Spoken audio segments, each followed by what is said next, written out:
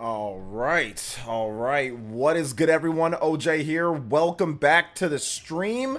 Appreciate all of you guys coming through today. I do appreciate that. What is good? What is good? I think everything's live now at this point. Okay.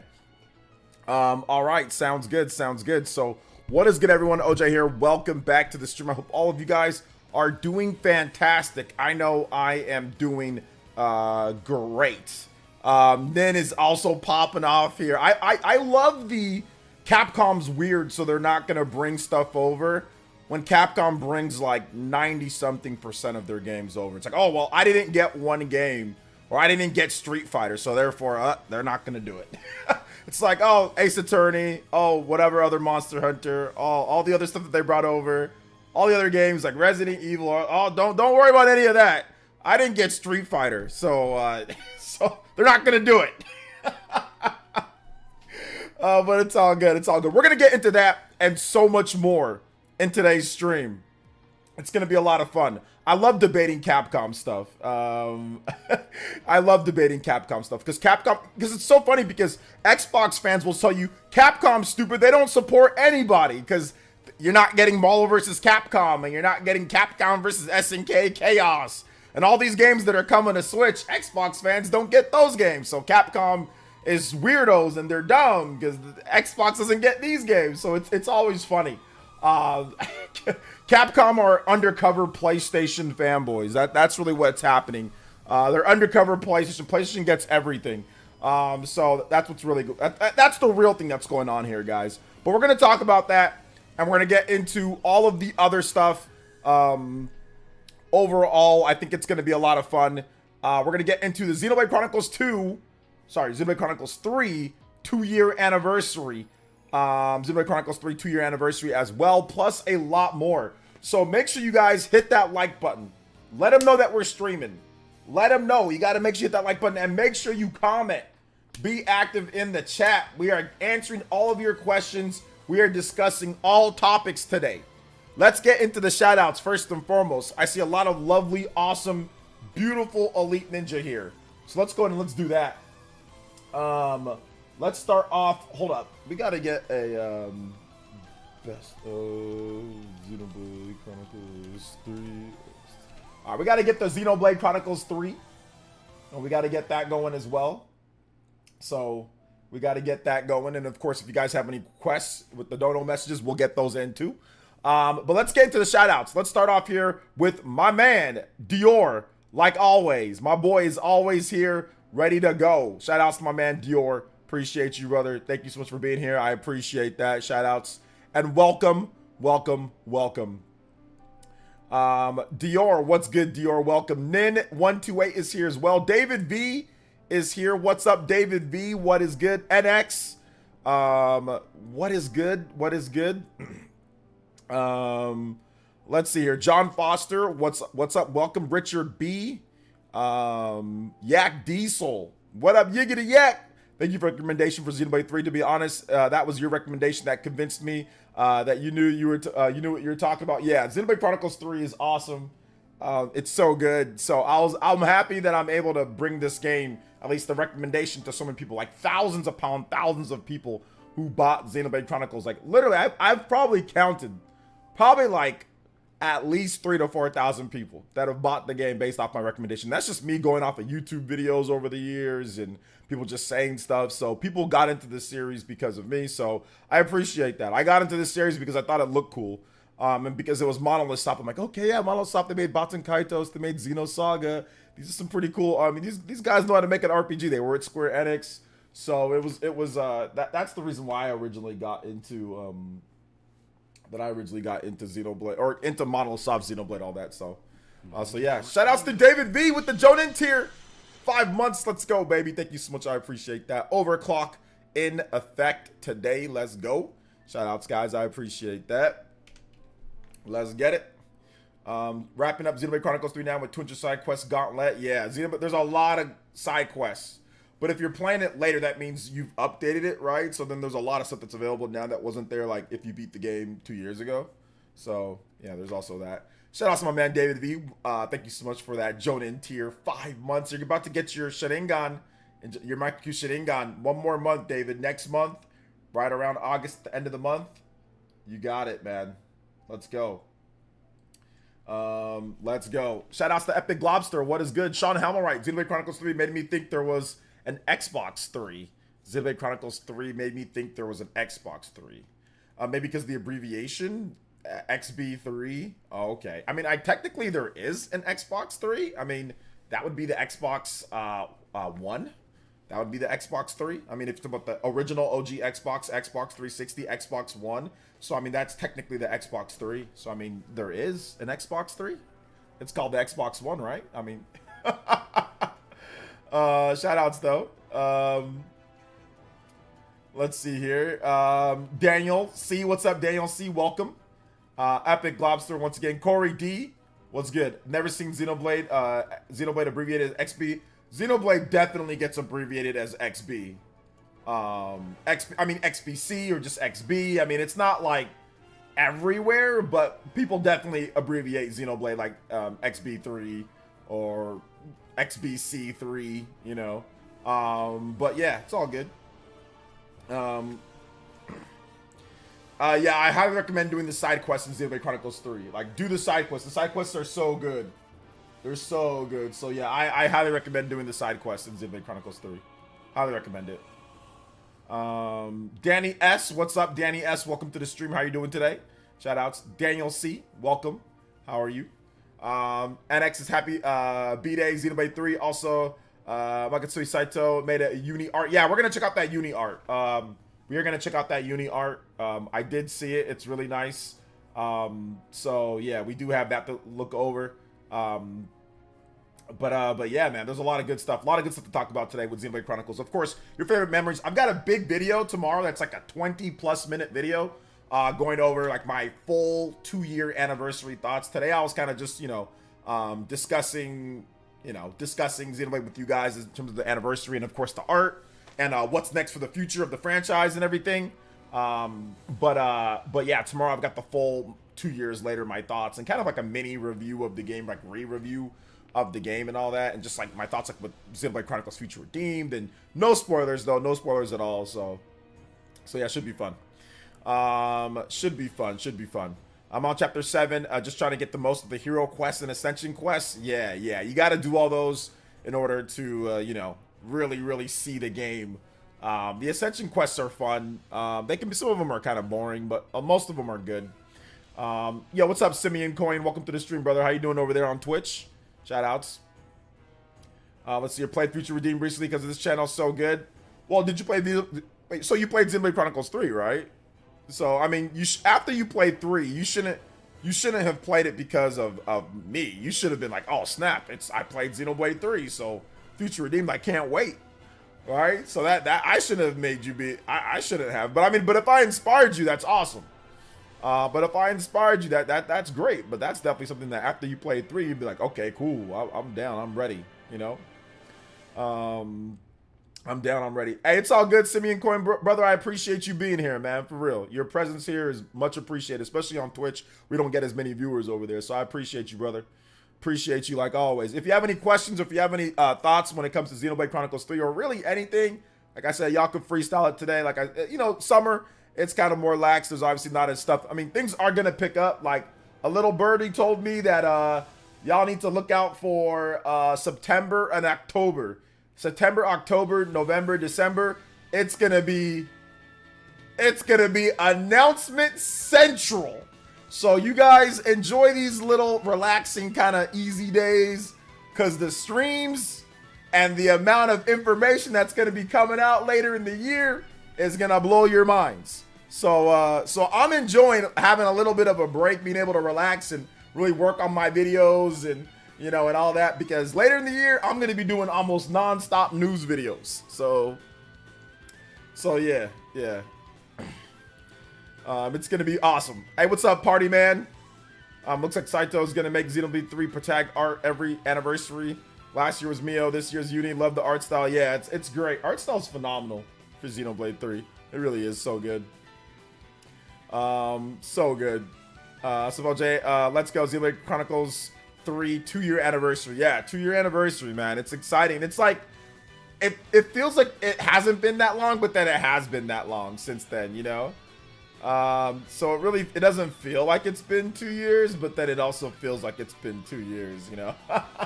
It's crazy just to think about it. It's like just the other day, I remember my wife was, she just got here and like a little bit before, but Xenoblade Chronicles 3 came out. And like, I remember like the morning of I got my review copy, I had to do something. Like we had to go somewhere, you know? And I'm like, oh man, I gotta go get this done first. But it was for my wife, so I needed to do it. So I didn't complain or nothing.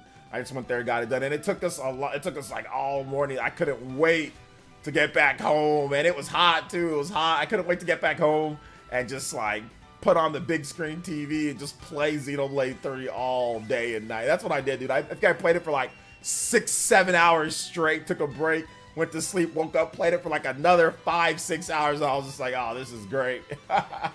This is so good. So this is so good.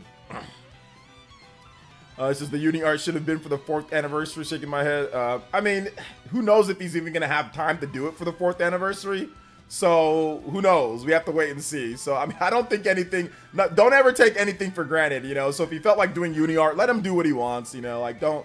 It doesn't need to be like any type of certain, you know, like, oh, it's got to be this year, this year. I mean, who knows? He might not even be able to do it next year or the year after or the year after. So let's also take that into account too, you know. He might not even have time because he might be doing something else. So just be happy for what just be happy for, you know, what he's got or what he did. He didn't have to do that, and he still gave us that. So let's just appreciate what he did. You know, we ain't got to get all picky with it. Let's see, I haven't beaten Xenoblade Chronicles 3 yet. Thinking of playing Xenoblade Chronicles 1, 2, and 3 from my girlfriend because she hasn't seen her play at all. Well, I mean, yeah, you got to start with 1. You know, you got to start with 1, and then you got to work your way up from there. Don't start with 3. Start with 1, Definitive Edition, then go to 2, and then I mean, you can do Future Connected. So you can do Xenoblade 1, Future Connected, Xenoblade Chronicles 2, Torna.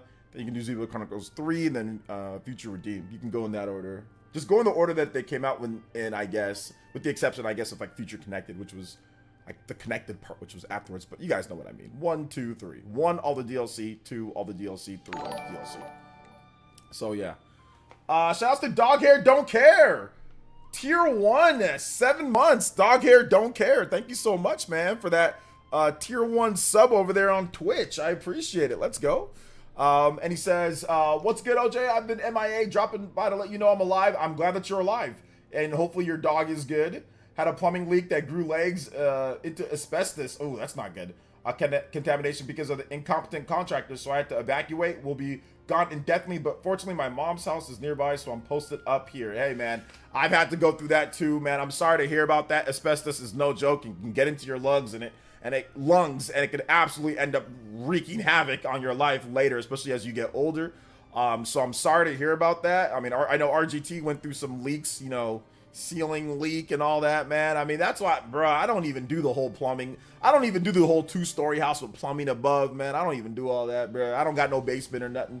I just got a single-story place, you know, with just a regular ceiling above me. So if anything's leaking, it's coming from there's rain and it's leaking through. I can just get that patched up. So yeah, I'm sorry to hear about that, man. That sucks. I'm just really sorry. But yeah, your mom's close by, so you know, your mom's close by, so everything's good there, you know. Shout out to Dog Hair Don't Care. Thank you for the tier 1 subscription. 3 on the combo board. Let's get it.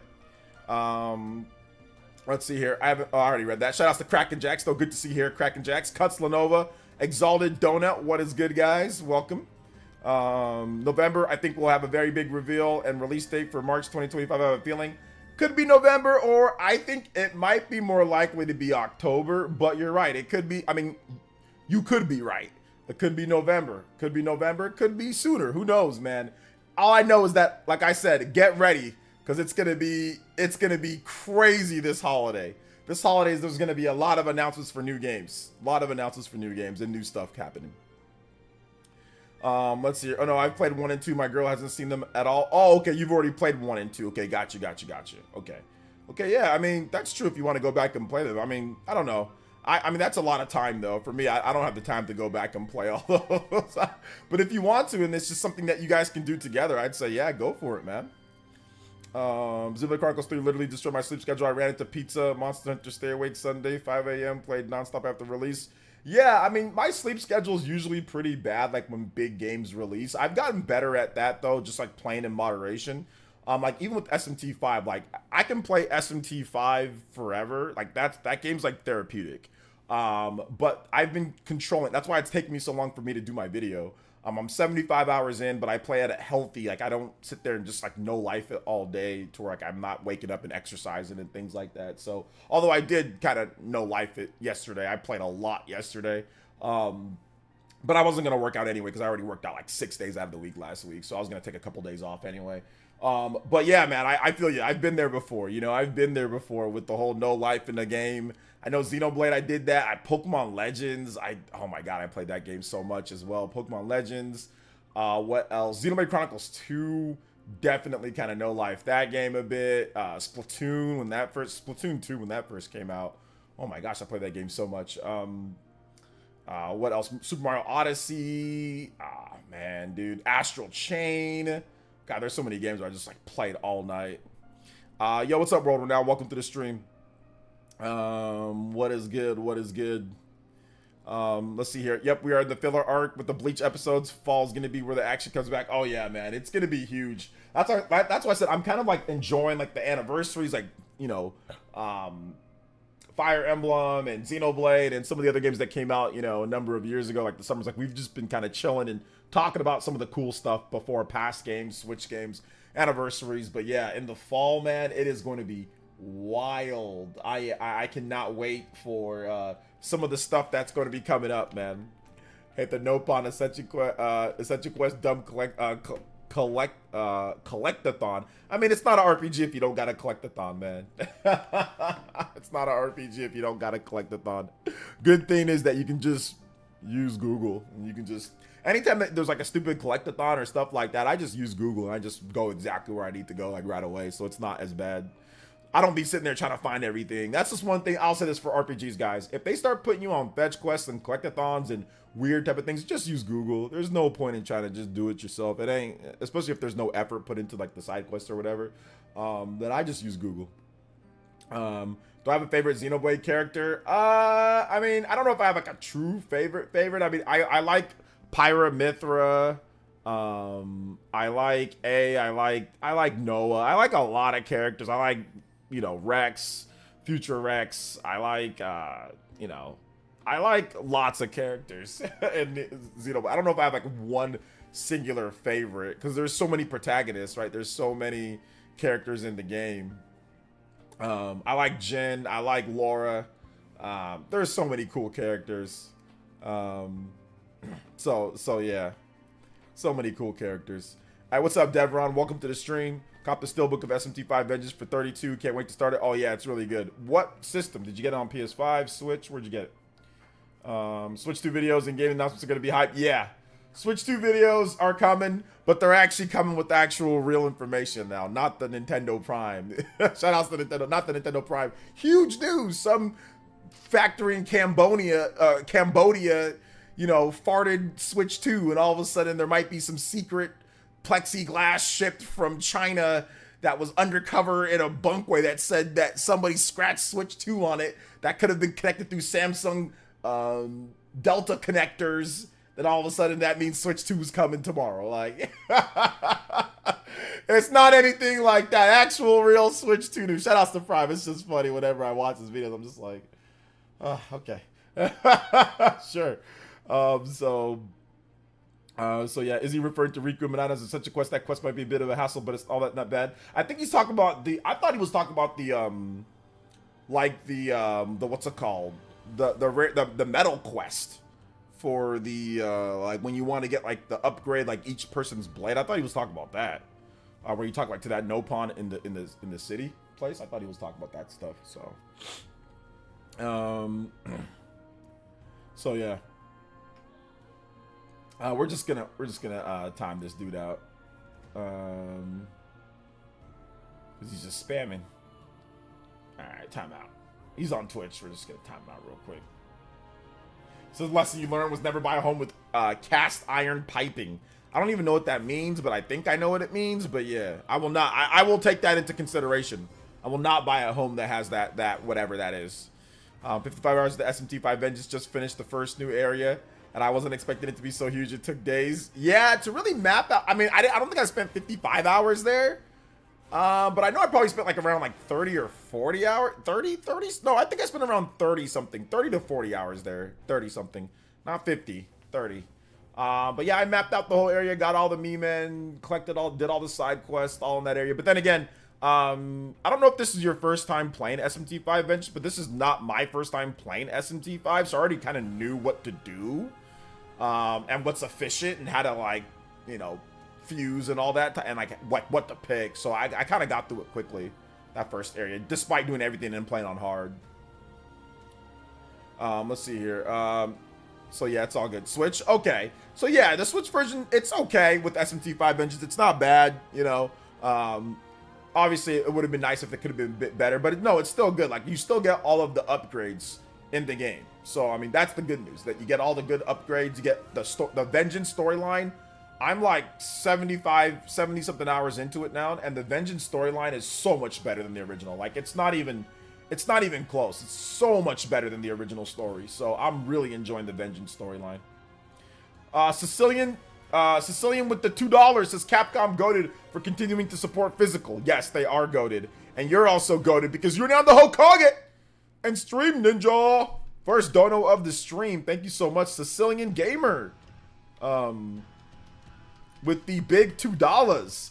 Anybody does 2 or more, you can tie up or pass up my man Sicilian Gamer on the top of the board. Thank you so much, man. I appreciate that. Sicilian Gamer, thank you for the support. Thank you so much for the support, man. I appreciate that. Let's go. I mean, playthrough was total 55 hours. I played the base SMT5. I meant the new area took me days. Oh, I meant the total. Oh, the total playthrough. I thought you meant the first area. My bad. Okay, yeah, cool. Good stuff. Agreed. Love Vengeance for the story. Feels fresh. Oh, the story's so good. Story's so good, but the updates to the gameplay are also really good as well. But yeah, the story's really good. I like how that you have your human companions, they're talking with you, you're doing side quests, you have that constant back and forth of like light side, like demon side, and like the light side, angels and versus demons, and the casualties of the war and all that. Like, it's all so good. SMT5 is freaking incredible. It's one of the best RPGs ever made. SMT5 Vengeance in particular. So good. Let's see here. Oh, I missed this. Like, oh yeah, the Mobius, baby. Mobius, yes sir. It's time to get hype again about Nintendo will be back. I mean, this year, like I said, has been okay. It's not been the best, but obviously the last year. But the hype is coming back. It's starting up not next month, but the month after. Starting up that, you got Zelda. Obviously, we've got Mario Party. That's gonna be fun. We've got Brotherhood. That's also going to be good, but the hype is going to be coming back, man. It's going to be coming back very soon. Very soon. Very soon. Hey, what's up, Russ? Is it? Oh, it's Brothership. Sorry, I called it Brotherhood. I keep on going back and forth with this game. Brotherhood, Brothership, Brotherhood, Brothership. My bad. Brothership, not Brotherhood. There should be some DLC called Mario and Luigi Brotherhood. There should be some DLC for it called that. I'd be down. Brothership. I'm ready for it, man. This summer, so like a little lax over the summer, kind of take things easy, but man, it's gonna pick back up. Make sure you guys hit the like button if you have not hit that like button yet. We are at how many likes we're at? We are at 31 likes, so not bad, but I know we can do better. Hit that like button. Let's see if we can get the 50 likes ASAP. Rocky, let's go. Let's go. Shout outs, guys. I appreciate y'all. I appreciate it. I think Sony was wise to release PS5 Pro way before the new Switch. I think Sony was wise to release PS5 Pro way before the new Switch. I don't know if it's going to be way before. I mean, it might be just like a few months before. The new Switch could launch early next year. But I don't really think PS5 Pro is really going to have any type of effect on what Nintendo does or the sales of Switch 2. Honestly, I really don't think it will. Just my own personal opinion, I don't think it will. Because I heard the same thing like when, you know, when Xbox Series and PS5 was coming out. Like, oh, is that going to affect Switch? It's like, not really, no. Still sold. So if you want a PS5 Pro, you'll buy a PS5 Pro. If you want Nintendo first-party games and all that, especially at launch, it's going to be the people that want to play Nintendo first-party games. It's not going to be people worrying about PS5 Pro or anything like that. It's going to be people who want to play Nintendo's games. So Nintendo's not really worried about it. I don't think Sony's too worried about it, you know, overall. I don't really think it affects anything, to be honest. It's kind of nice that there's no Nintendo thing to be hyped about, and you're left when you're left with games to play. That's true. It's just good to be having the games to play, right? Like this year has been interesting, but people have been really digging back into their backlog. Like, I've seen so many people say, oh, I'm going back to Fire Emblem, or I'm going back to Xenoblade, or I'm going back to Mario Odyssey, or I'm going back to Breath of the Wild, or Tears of the Kingdom, or whatever the case is. So it's been interesting, but I'm excited, like I said, for the next year. For next year, I think it's going to be great. But this year's okay. But next year is going to be very interesting. We don't know if there's going to be September Direct. So Ross, you said I can't wait for the September Direct. We have no idea if there's going to be a September Direct. So don't pencil that in that there will be a Nintendo Direct in September, especially with the new system launching. They could just say no Nintendo Direct, and we're gonna have a Nintendo reveal for the next system. So don't pencil that in. That's not confirmed or guaranteed that there's going to be a Direct in September. At least I wouldn't start getting excited and hyped for it as if it was a regular year. This is not a regular year for Nintendo with new hardware launching probably next year. This is not a regular year. There's going to be some other things happening, so I would not expect that in September if I were you. So yeah. You guys aren't hyping it enough. What? Claire Obscure Expedition 33? I've hyped it the most out of anybody so far. I've hyped that game the most. What do you mean? Are you getting VR games next year? No, I'm not. What? I don't know where that question came from. But it's all good. But no VR games for me. I'm good. But yeah, we'll see with the PS5 Pro. I'm looking forward to picking up a PS5 Pro just because I want to have a PS5 inside here. So that'd be cool, you know, if I can get a PS5, you know, PS5 here. So it's all good though. It's all good, you know, inside this office.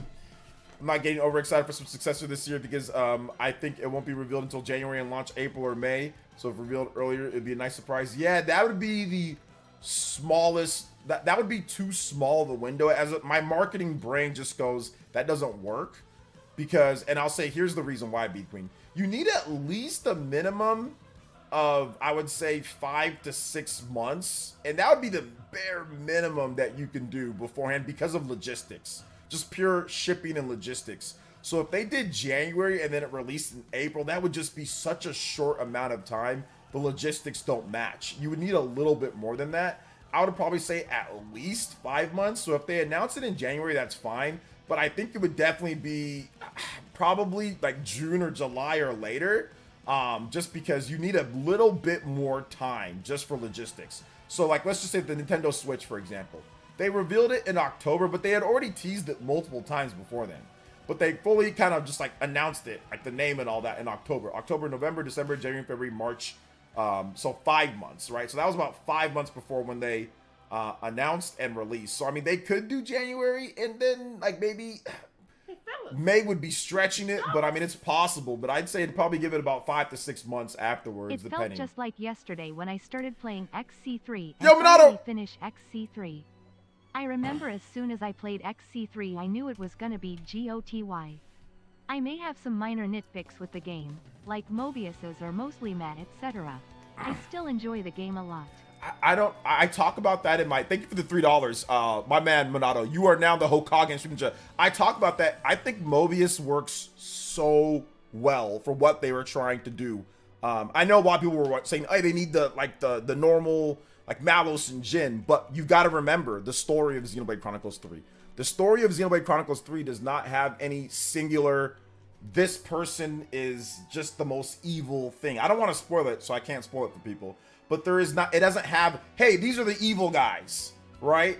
It has a situation that happens, and then it has things that turn into something, and they need to represent something. So it doesn't necessarily make sense. I mean, it has N, and it has other people, but it doesn't really make sense for it to be like Xenoblade Chronicles 2 or 1. And I think that it completely, like they talk about that in the book and all the other stuff. But I think it completely makes sense. So I actually, once I played through and I actually watched some videos, I'm like, oh, that makes complete sense considering what Mobius is, where they came from, and how they were actually formed. Makes complete sense. So I actually have no issues with how they did Mobius, in my opinion. This is my own personal opinion. So same with the other $2. This is what if Nintendo announced a delay to 2026? I don't think they'd announce it. They would just have it come out in 2026. They have not announced when the system is coming, so that you can't delay something that has not been announced. So yeah. They have not announced anything, so there's not going to be any. I mean, if it did come out 2026, then it wouldn't have been. There's no delay. They just said, hey, look, it's coming out 2026. They haven't announced anything yet. But I'm pretty sure that since they're taking so long at this point, I'm pretty sure that they're trying to finalize everything and everything's ready to go before they announce it. So I think that they're actually taking their time and making sure that everything, cross all their T's, dot all their I's. If it's going to be 2026, then they'll simply just wait so they can say, okay, it's going to be this time period. Because look how long they've taken at this point. It makes no sense to take this long, then announce the delay after that. That makes no sense. So they'll just wait and then announce it when they feel like it. But it's going to be sometime within the next fiscal year, or fiscal year. So that's going to be from March of this year to March of next year. They're going to say something about the system. Thank you for the $2. Shout outs to Minato Mario. Thank you for the $3. So let's go and let's get more points on the board here. We're at 8 with that 2. And then Exalted Donuts as well, coming in with the $5. Thank you so much, Exalted Donut. You are now the Hokage in Stream Ninja. You're now at the top of the board. Anybody does 5 or more, you can beat up my man, Exalted Donut. Thank you for the $2 though, Sicilian. Shout outs to, I'm not going to spoil the game, guys. Don't worry. I'm not going to spoil it. Don't worry. You guys know me. I don't spoil stuff, even though it's been 2 years. Don't worry. I am not going to spoil it because I know David's still playing it. We still have people that are playing it. So I am not going to spoil the game. I am not going to spoil it for people. Let's see here. Okay, looks like Epic Lobster said something that probably was a spoiler. Let's see here, sister. So, yeah, man. Yeah, that looks like it was kind of somewhat of a spoiler. Somewhat of a spoiler. So it's all good. Shout outs to my man Exalted Donut. Let's see here. And he says, thanks for catching that one, party man. Let's see here. Thank you for the $5. Still hoping we get Fire Emblem 4 Remake soon. Thanks for all the good content as of late. Yeah, absolutely. I mean, I'm not sure if you saw my video, Exalted, but definitely check out my video on Fire Emblem and like the future of Fire Emblem. I did talk about Fire Emblem 4 Remake. So, if you didn't see that video, check it out. It's awesome. Let's see here. Thank you so much for the 5 though. Simeon Coin as well with the $. Says, blessings to you, bro. Music request, Gravity Circuit patch. All right, I got you. Thank you for the 100 core crystals. Shout outs to my man, Simeon Coin. We are one combo away from the first combo breaker. Thank you so much, man. I appreciate that. Thank you for the support. Let's get this music going though. Gravity Circuit patch, stage G circuit thingy. Thank you for the core crystal, man. Thank you so much. I appreciate that. Let's go. All right, let's get this going here. I think this is it. All right, shout outs, man. Thank you for the support. Hey, what's up, Dank Meme Center? Chapter 12, still can't believe I have 5. Still can't believe I have 5 more. Yep, it's all good. I read the art book about them. One of them is really good, though. As I said before, kind of disappointed with Ethel Camerari development later in the story. Yeah, you've already stated that so many times at this point, but you've said that a million times. So yeah, I understand. I got you, man. Because those I don't really care about either of them, so I guess it's not for me. But I mean, I care about them, but it's not that I don't really care too much about it. But I get it, because like they're actually pretty featured pretty early on, and then necessarily like later. I don't want to spoil it for anybody who hasn't done it yet. But yeah, I feel you on that one. What if they announced the 2026 DSP's only official spokesperson? What does that mean? DSP's the only official. What does that mean? Right, for Nintendo Switch 2? That'll never happen. He doesn't even know how to turn off his system. He doesn't even know how to turn off his system. What are you talking about? Let's see. That's the one. Thanks, OJ. Hey, no problem, Simeon Coin. Shout outs. Let's see here. Let's see here. I'm very tired because currently because I was up late. I was up late playing last night. You were up late playing last night. Okay. Yes, for Switch 2. Yeah, that's never gonna happen. That would never happen. Why would they do that? Remember, he's honest. He's not a shill. He's honest and not a shill. So there you go. Since he's honest and not a shill, so there's no way that he would be the spokesperson for a company like that. So yeah.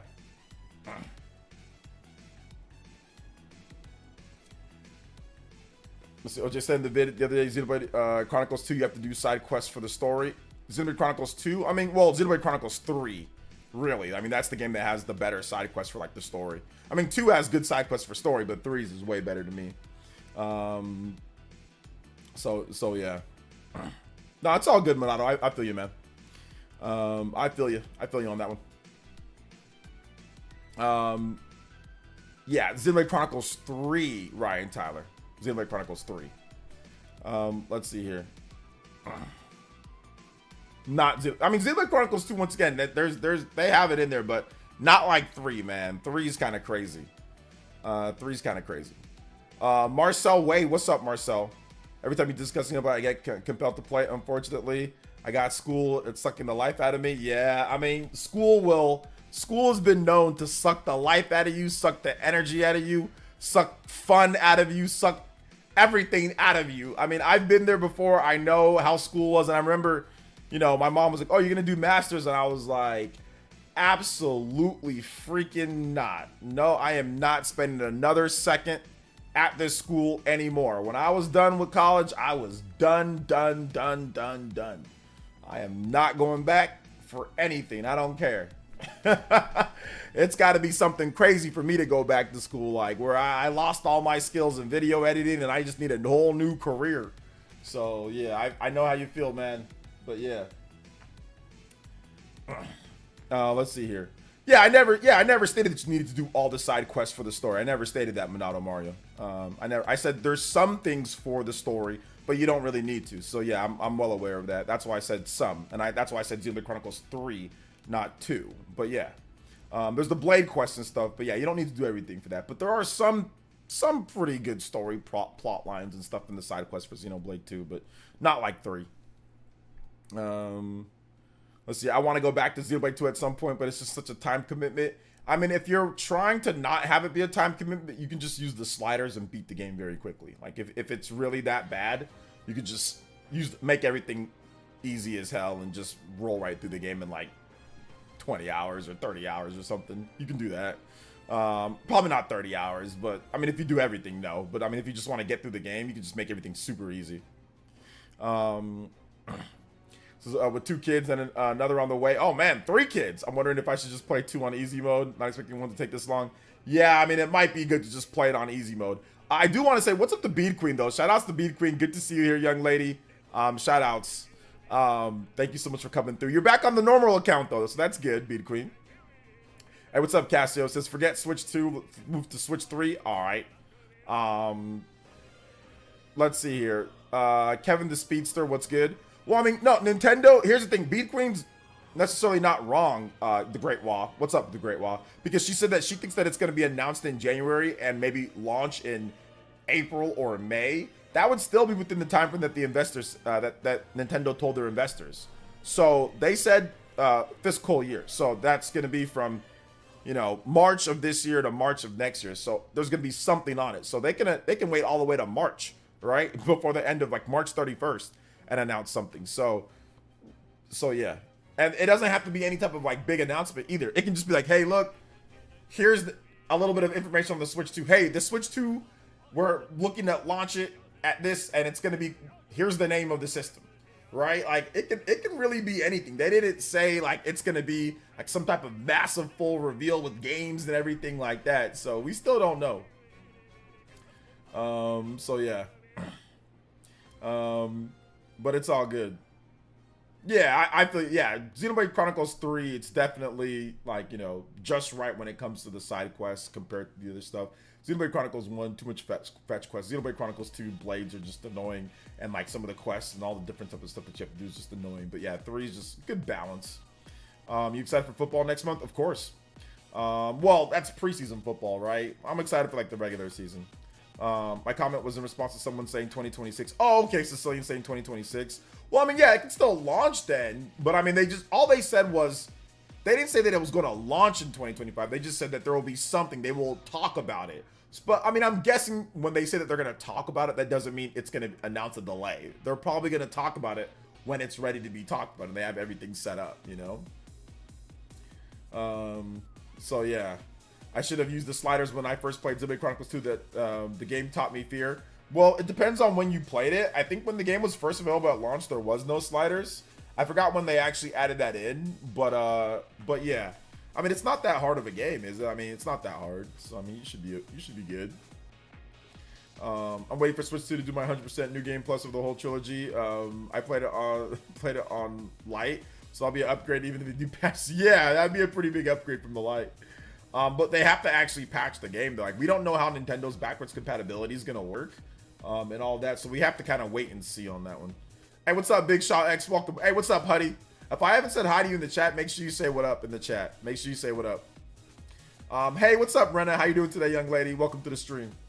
The custom difficulty on 2 is the DLC thing. Don't remember what wave. Yeah, I'm not exactly sure, but I know it wasn't at launch. But I remember playing it. I thought it was. I played it on the normal. I thought it was, you know. I think I got my butt kicked one time, like when I first played against like Malos or whatever. Like I got my butt kicked there, but like for the most part, it was pretty good. Like there's definitely some of the like the unique beasts, right? Those ones that are just kind of like, oh, okay, yeah, those ones kind of kick your butt every now and then. But that's just kind of how Xenoblade is, man. You live and you learn. You know, you live and you learn. So yeah. What's up, Dake? Welcome, man. How are you doing today? Shout outs, guys. Appreciate y'all. Appreciate it. Oh, hold up. We got to go back to this. We got to go back to the soundtrack. All right. So if you guys have any other thoughts or comments or questions when it comes to Xeno, let me know. I'll be more than happy to answer those. And then I think we're going to move on to the next topic, though, too. But let me get some more comments, and I got some more people tagging me. Great decision not going for the master's program. I unfortunately jumped into it. Should have just taken online self-paced courses. Yeah, when I saw the price for the masters, I was like, you guys are out of your mind. You guys want me to be in debt for forever. I was like, you guys are out of your mind. I am not paying that. I already owe you guys like 20 grand, which is actually cheap compared to how much college costs now. But back then, you know, 20 years ago, it was like 20 grand for like a bachelor's degree. So I was like, I'm not paying you guys another dime. I'm out of here. They have the nerve to call me to like alumni association, call me for money and stuff like that. I'm like, you guys already took all of it. I'm good. Don't call me. If I want to give you guys something, I'll give you guys something. But right now, well, this was like 10 years ago they would call me. But I mean, not anymore. But yeah, man, shout outs. Sicilian Gamer with the $2. What is up, Sicilian? Says, when are they gonna patch IRL? I need sliders. Yeah, I know, seriously. But you know what they are gonna patch in, or maybe they should patch in? The stream extension! Overclock Buster!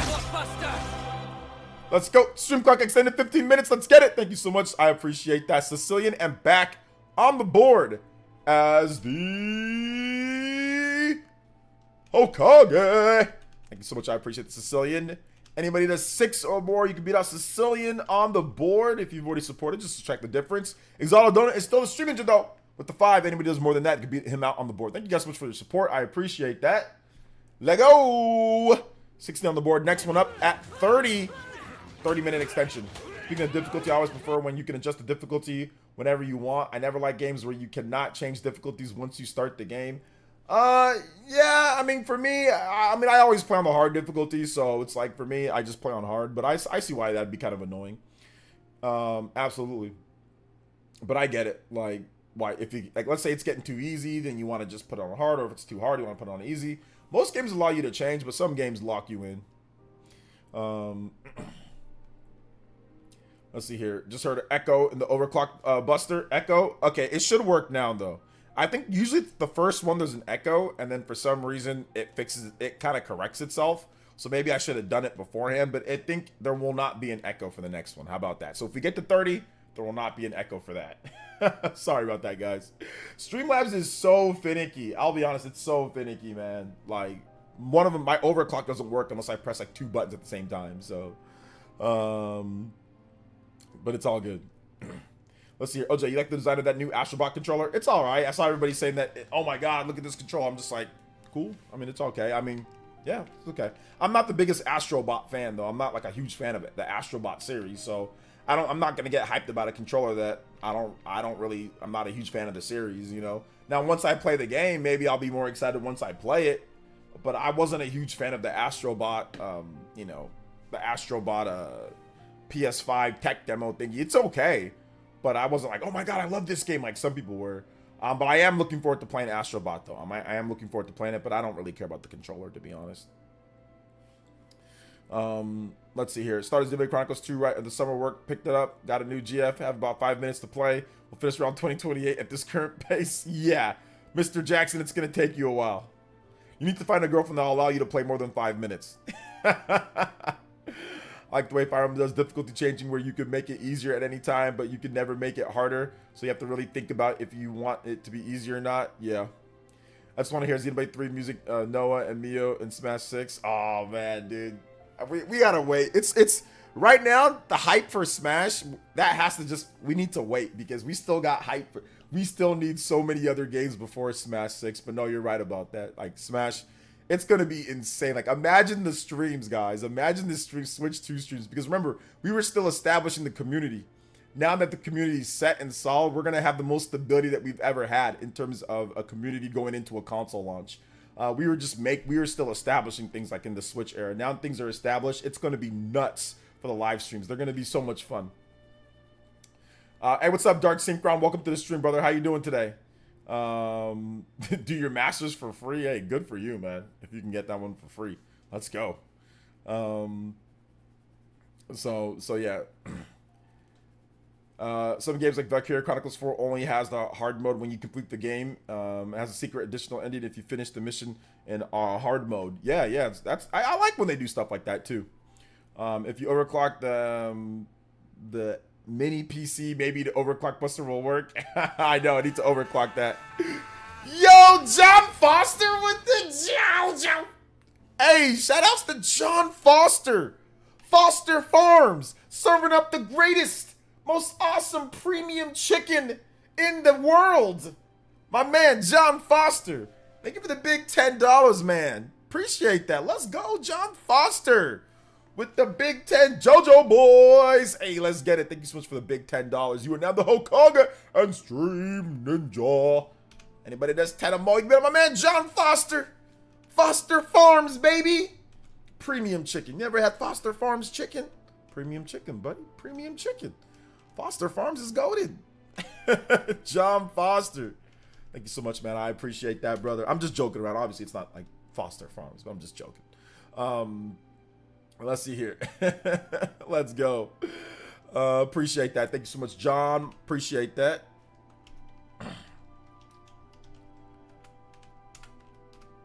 Thank you for the big 10.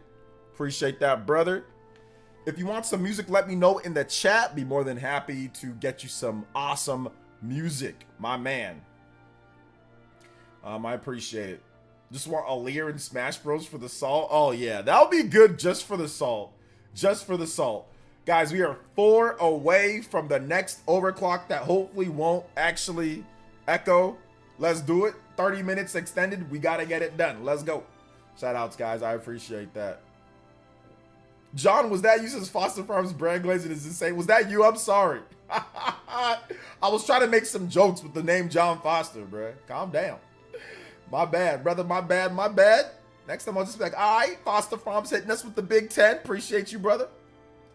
Aaliyah would get people mad tight. They need to. That's why they're gonna do it. That's exactly why they're gonna do it. They're gonna do Aaliyah because it's going to make them upset. That's the whole point of it. So I hope they do, and when they do, I'm gonna be right there like, yeah. New F-Zero on Switch 2 Copium.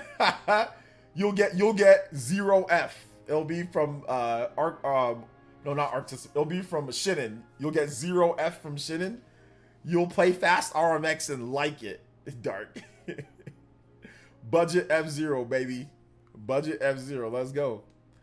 Noah, Mio, and Alir, one of my most are my most wanted characters for the new Smash game. Yeah, be great. It'd be awesome. I'd be down. I'd be down. So yeah. Wait a minute. Hold up. Oh, because I mostly just use the other account because the channel I watch pronounces it as Bed Queen. Wait a minute, hold up. Okay, so Bed Queen, you were on the other because somebody pronounced you as the Bed Queen. Okay, that's just disrespectful. I don't know about all that. We just Bed Queen, Bed Queen. What's going on here? Hold up. It's all good though. Shout outs. Or what? Beef cream. That was Mr. Davis. Remember the beef cream saga? He would literally just say, "Hey, what's up, beef cream?" Yeah, that's my favorite one. Beef cream. Beef cream in the house. Yeah, Dark is on that copium for that. Shout outs to Mr. Super with the Ambu tier for 19 months, almost 2 years of Ambu tier. Let's get you 2 points for the 2 years almost of Ambu tier. My man, thank you so much. And he says, yo, OJ, I finally beat Okumura after days of trying and grinding a bit. Feels good, good. Black. Mac. Where is that from again? My memory slips me. What game are you talking about? Thank you, Mr. Super. I appreciate that. Thank you for the 19 months. Thank you so much. But what game? You just put it in the chat. What game is that from again?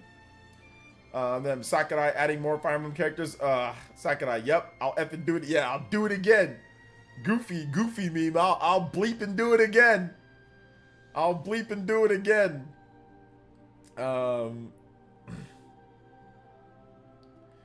Let's see here. So it's all good though. It's all good. Sakurai's gonna do it, man. Hey, what's up, Super Gaming? Welcome. What is good? What is good? Shout outs. Welcome. Good to see you guys having conversations amongst you guys as well. That's good stuff.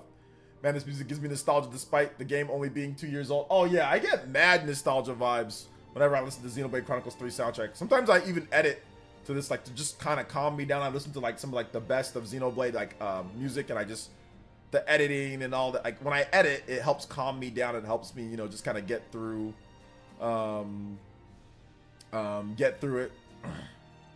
So yeah.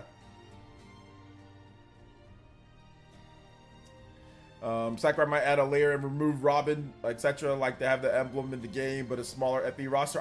I think the roster is going to be just smaller overall. So I think since with the overall smaller roster, obviously you're going to have an overall smaller Fire Emblem roster.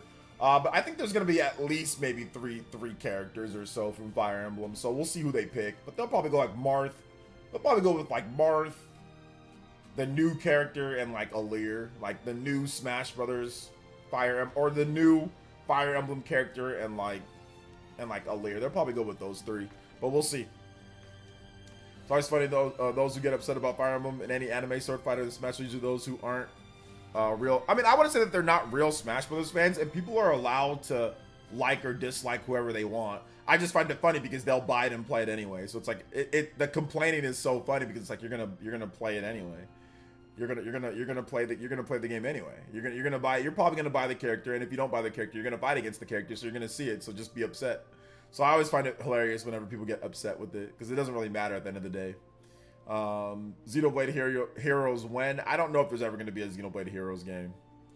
Because I think the biggest problem with a Xenoblade Heroes game would be it'd be too hard to do the story.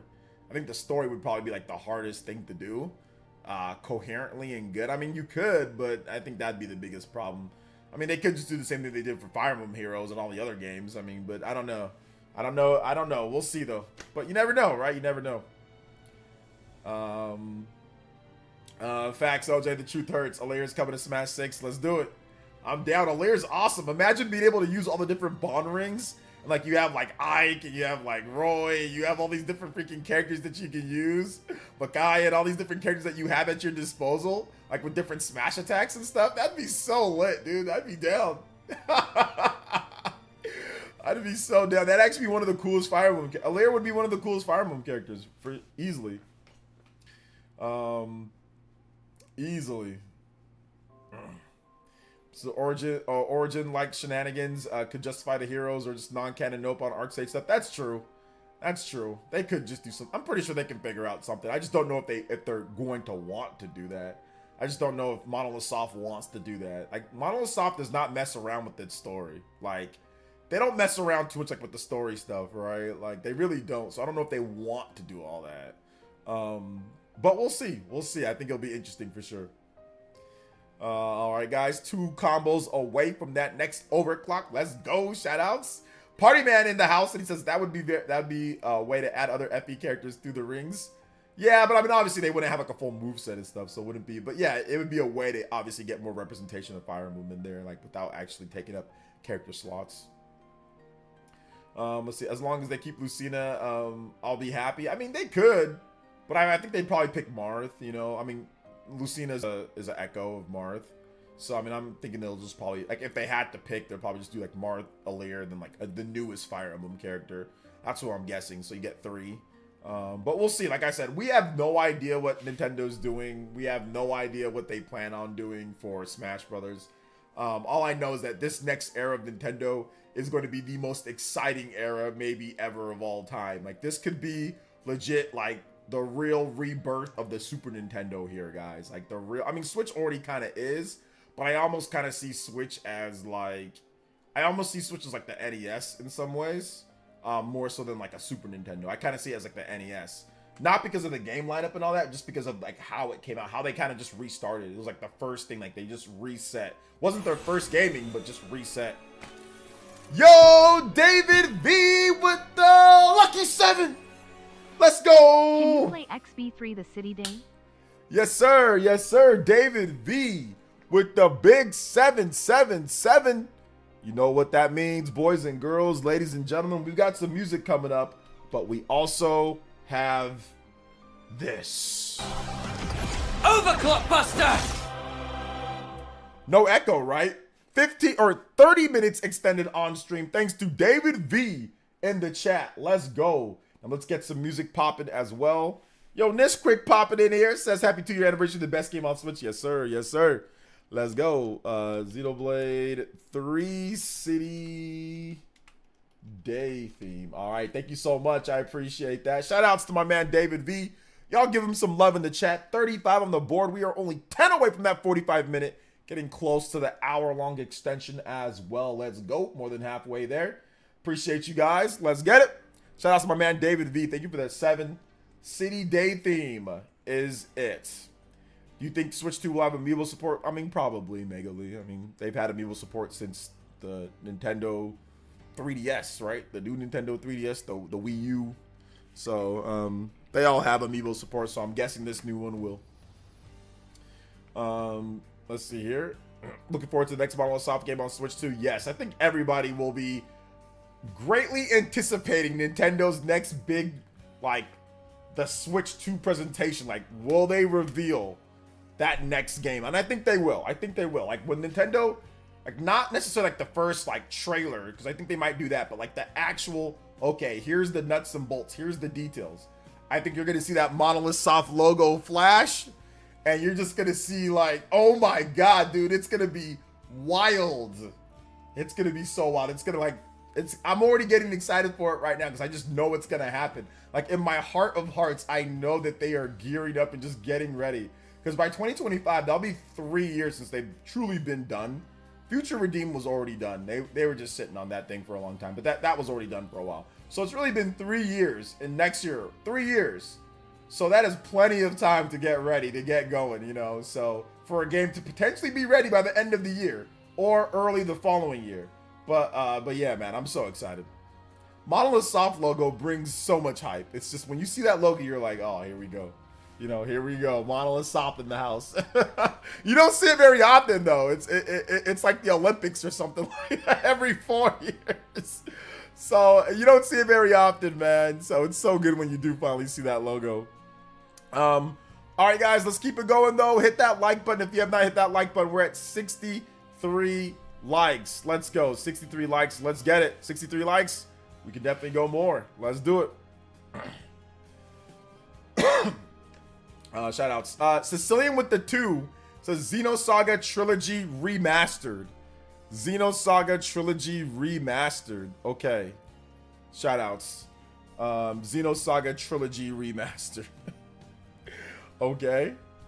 One weird thing about YouTube is that the funniest thing about YouTube is that I might have to make a few changes with the channel in terms of how they do things. Because YouTube, Sicilian Gamer, YouTube is doing some weird things to my live streams in terms of it. They're definitely 100%, I talked to my rep, they're 100%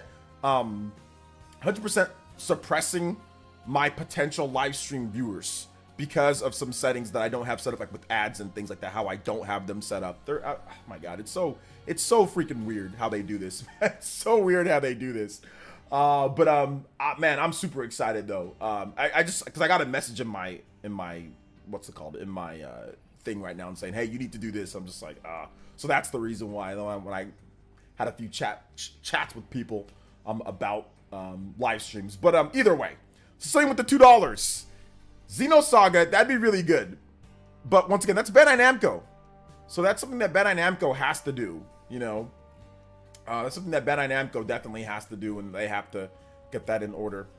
I have notifications on, but I usually will tell you that you're on after you start Twitch announces, right? Yeah. Well, basically, what YouTube is doing is that it's the same as like a regular edited video.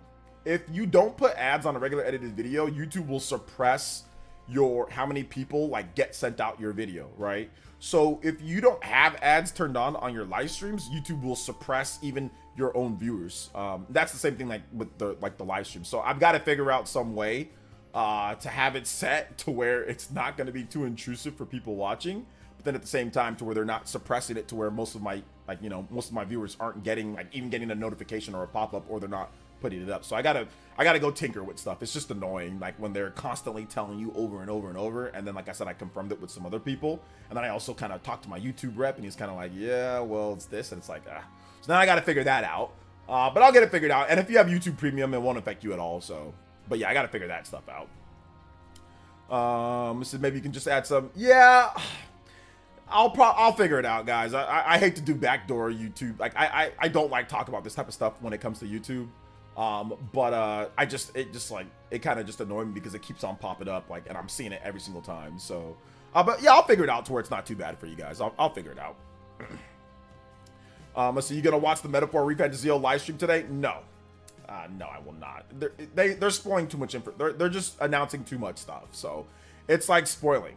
It's like spoiling. So I don't want the whole game to be spoiled. They're announcing way too much though. Shout out to Sicilian though. I appreciate the $2. Thank you for the Xenosaga. I think you're almost close. I think it's just 2 more. You tied up Mr. John Foster. Let's go. So let's see here. Maybe I'll be the one person hoping for Xenogears remake remaster. Xenogears remake remaster. I don't think you're the one person. I think there's lots of people that really want them to remake or remaster that game. So I don't think you're the only one. I would love for them to go back to that game. What's up, Life Will Change? Welcome. Yeah, Premium's really good. I have YouTube Premium as well. So I have YouTube Premium. So it's good. It's good. So you don't got to worry about anything on that front, you know. But yeah, shout outs though. I appreciate everybody who watches, man. You guys have been incredible overall. Been awesome. But yeah, no Metaphor. I think it's like by what, 6 o'clock tonight? Is that the Metaphor? Yeah, it's like 6 o'clock. But yeah, I'm not watching it. You know, I'm not gonna watch it. So yeah. So I am not watching it.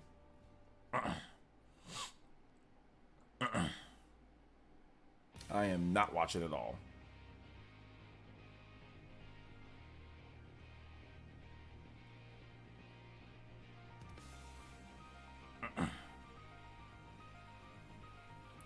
All right, shout outs to Mr. Pedro online. Online. Red, yellow, blue, online. Red, yellow, Mr. Pedro online. What the hell was that? Shout out to Mr. Pedro with the $11.99 euros. This is player says, I moved to Europe and I usually sleep early. It's 1 a.m. here. I'd never catch you live again. Good to see you, OJ. Hey, shout outs, Mr. Pedro. Listen, I'm going to try to go live earlier. Don't worry. We're going to have some early live streams for all you European peeps out there. I appreciate you. Thank you so much, Mr. Pedro online. Thank you so much, man. I appreciate that. 47 on the board. Let's go. 47, 48. 48 on the board. Thank you so much, Mr. Pedro. Oh, man. You know what time, Mr. Pedro, you know what time is. Even if you're in Europe, I think all of you guys know what this means. Let's go. Overclock Buster! Yes, sir. Yes, sir. Thank you so much. I appreciate that. Overclock Buster in the house. Thank you so much, man. I appreciate that. Mr. Pedro online. You're now the new Hokage and Stream Ninja. Another JoJo on the board as well. Thank you so much, Mr. Pedro. You guys give some big love to Mr. Pedro online with the $12. Appreciate that, man. Thank you so much, Mr. Pedro. You moved to Europe. Europe's awesome, man. Europe's a good place. It's a lot of fun. A lot of fun. I'm glad that hopefully you're enjoying Europe. But no, don't worry. I'll try to do my best to stream earlier. I'll do my best. I'll do my best to stream earlier. I'm going to try to do at least 2 to 3 streams a week where I'm live early for my European peeps. Or if you're at work and it's like the morning drudge at work, like I'm going to try to stream early for you guys too. I just got to, get a few other things. My boys got to grow up a little bit more. I got to get a couple other things done. And then we can get that going. Maybe even gameplay streams in the morning, like Twitch and stuff like that. But we'll see. We will see. We will see. Thank you so much, Mr. Pedro. Appreciate that, man. Let go. Another overclock on the board. We got a 45-minute stream extended out. We've got 12 more combos before we get to the hour long. I appreciate you guys. Y'all out here today. HD 2D gears would be perfect. But I really don't want Square Enix to touch the IP whatsoever. I want them to. I think a HD 2D or no, what was that game? Star Ocean, the second story R, like that type of, that would be perfect. HD 2D 3D, whatever you want to call it, that would be so good. I would love for them to do that. Do the same thing that they did for Star Ocean, the second story R. Absolutely. Absolutely. That would be so good. Yes. Iris Network, one of the best. My wife would always mock this song. Not mock, but she'd make fun of it. She'd always say you're playing. Are you gonna play the doo doo noo noo noo noo noo? That's what she'd call it. The doo doo noo noo noo noo noo. Oh man, because you would just hear this song. She would just hear this song so much, and whenever I pause the game, obviously I'd pause the game to do other stuff. She'd hear the doo doo noo noo noo noo noo. Oh man, this is great. Like you're constantly shuffling because like the freaking item menu system in Xenoblade 3 is not great in terms of like the items and like the sorting and all that. Like I would have liked it if it was like instead of it being a straight line down, it's like across. I think that would have been great. Like if you go into the menu, then it goes across instead of down. Because sometimes you're just going down, down, down. Where it would have been better if you just if it was just like horizontal.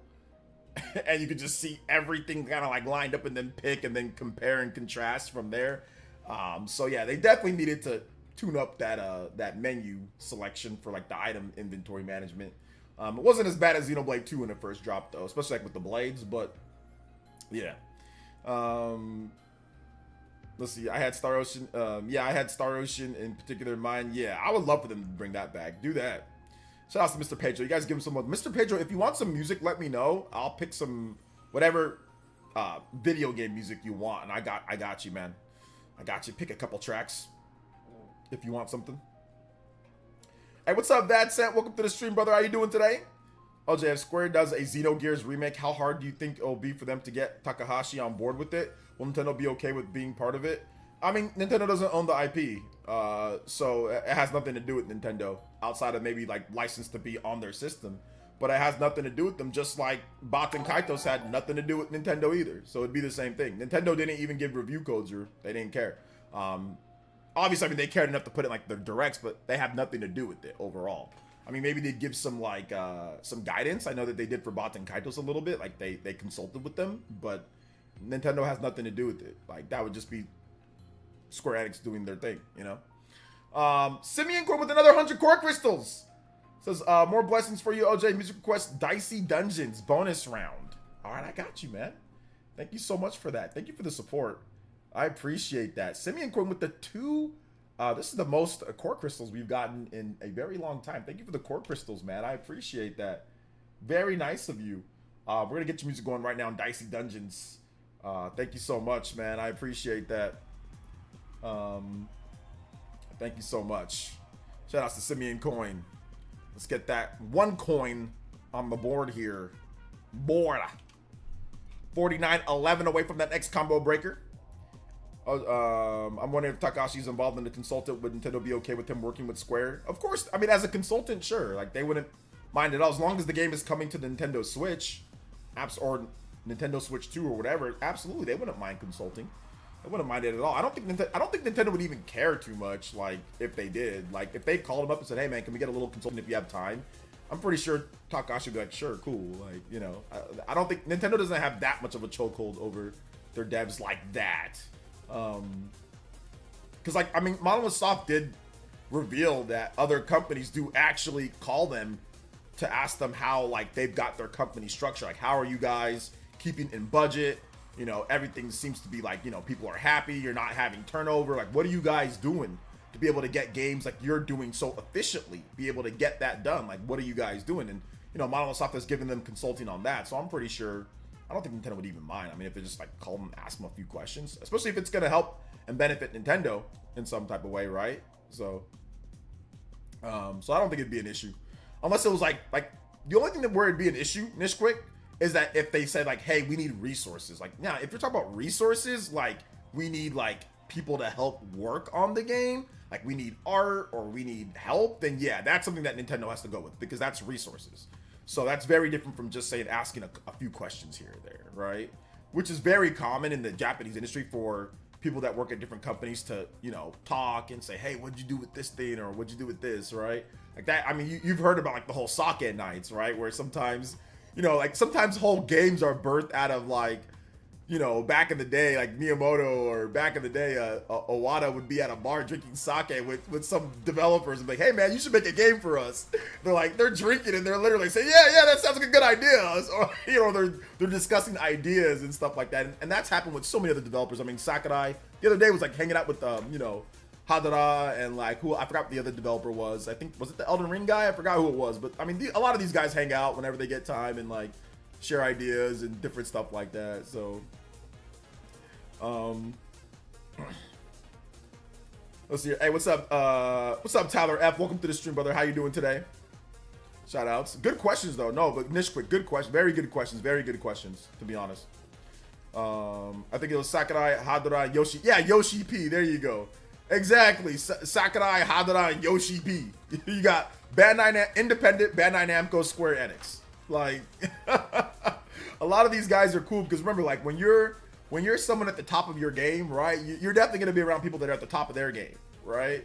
So yeah, you're gonna wanna talk to them, these guys, because these are your peers in the industry. You're gonna want to say, like, man, what made you do that, or how did you figure that out, or what were you thinking on that, or even, like, managerial stuff. Like Hadara, he's an executive. Yoshi P is an executive. So obviously, even stuff like that, like, how are you managing? You know, you're like, what are you doing, like, in terms of certain things? So I'm pretty sure that they lean on them for stuff like that too, because it's not easy being a Japanese game developer or being an executive. Like, it's like you're working 24/7 half the time, you know. So, so yeah, man. I'm good, man. By the way, been better with the situation with the friend. Life's been good. Hey, that's good to hear, Tyler. It's good to hear, man. I'm glad to hear that everything's been going better for you, brother. Hit that like button, though, guys. Hit that like button. Let them know that we streaming. Let's go. Let's move on to the next topic, though. I think we've been on Xenoblade for quite some time. So, Persona 5, the Phantom X, that looks like it's going to be getting a console port, or not even looks, it will be getting a console port. The developers of the game did state that once the P5X, the mobile game, is released by the end of the year, they will start working on a console version. So maybe that's next year the console version comes out, but it'll be interesting to see where, like, it comes out, like Switch 2, PlayStation, Xbox, like PC, like, it says consoles, so I'm guessing it'd be, you know, PlayStation 4, PlayStation 5, Nintendo Switch, Switch 2, Xbox maybe. We'll see, Xbox Series. But I'm not really sure. Could be less than that, could be more, could be a deal for it. We don't know. But yeah, it's a mobile game. And, you know, it has mobile stuff in there from what I understand. But it's essentially reusing the Persona 5 engine and assets. If you like Persona 5, then you probably will like this game. I made a video on it today. But it essentially is Persona 5 with the new cast of characters. I mean, that's what it looks like. And even there's collaborations, like there's Persona 4 will show up and Persona 5 characters will show up as well. So, yeah, it's definitely, so it's definitely that.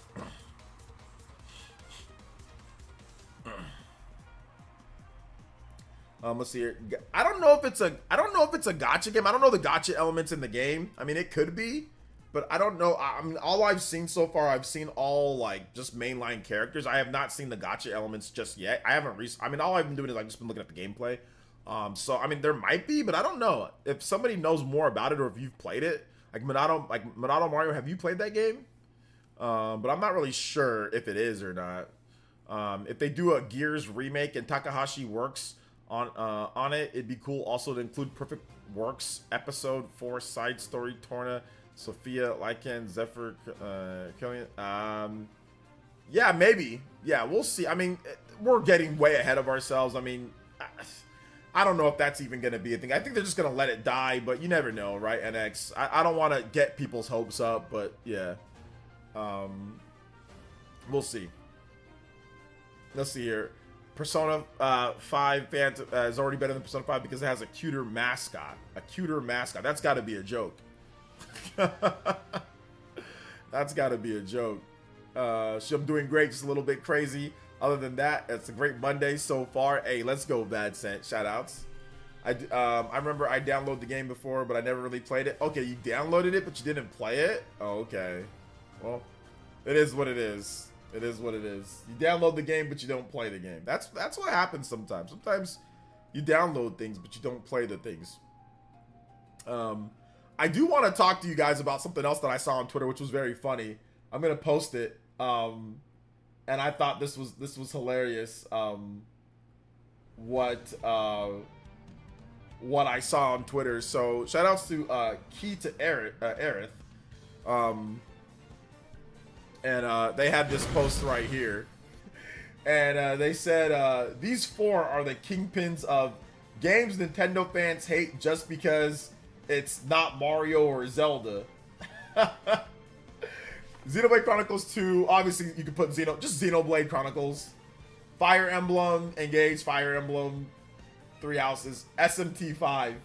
So then I put, when Nintendo doesn't make what you want, it's one of these games' fault. These are like the four horsemen of the blame apocalypse. When we don't get F-Zero, it's because they make too much Xenoblade.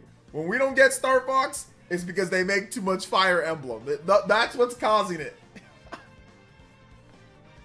That's what's causing us to not get those games. It's those ones. So I thought that was a pretty funny post. Let's see here. Nobody hated Three Houses. No, that's not.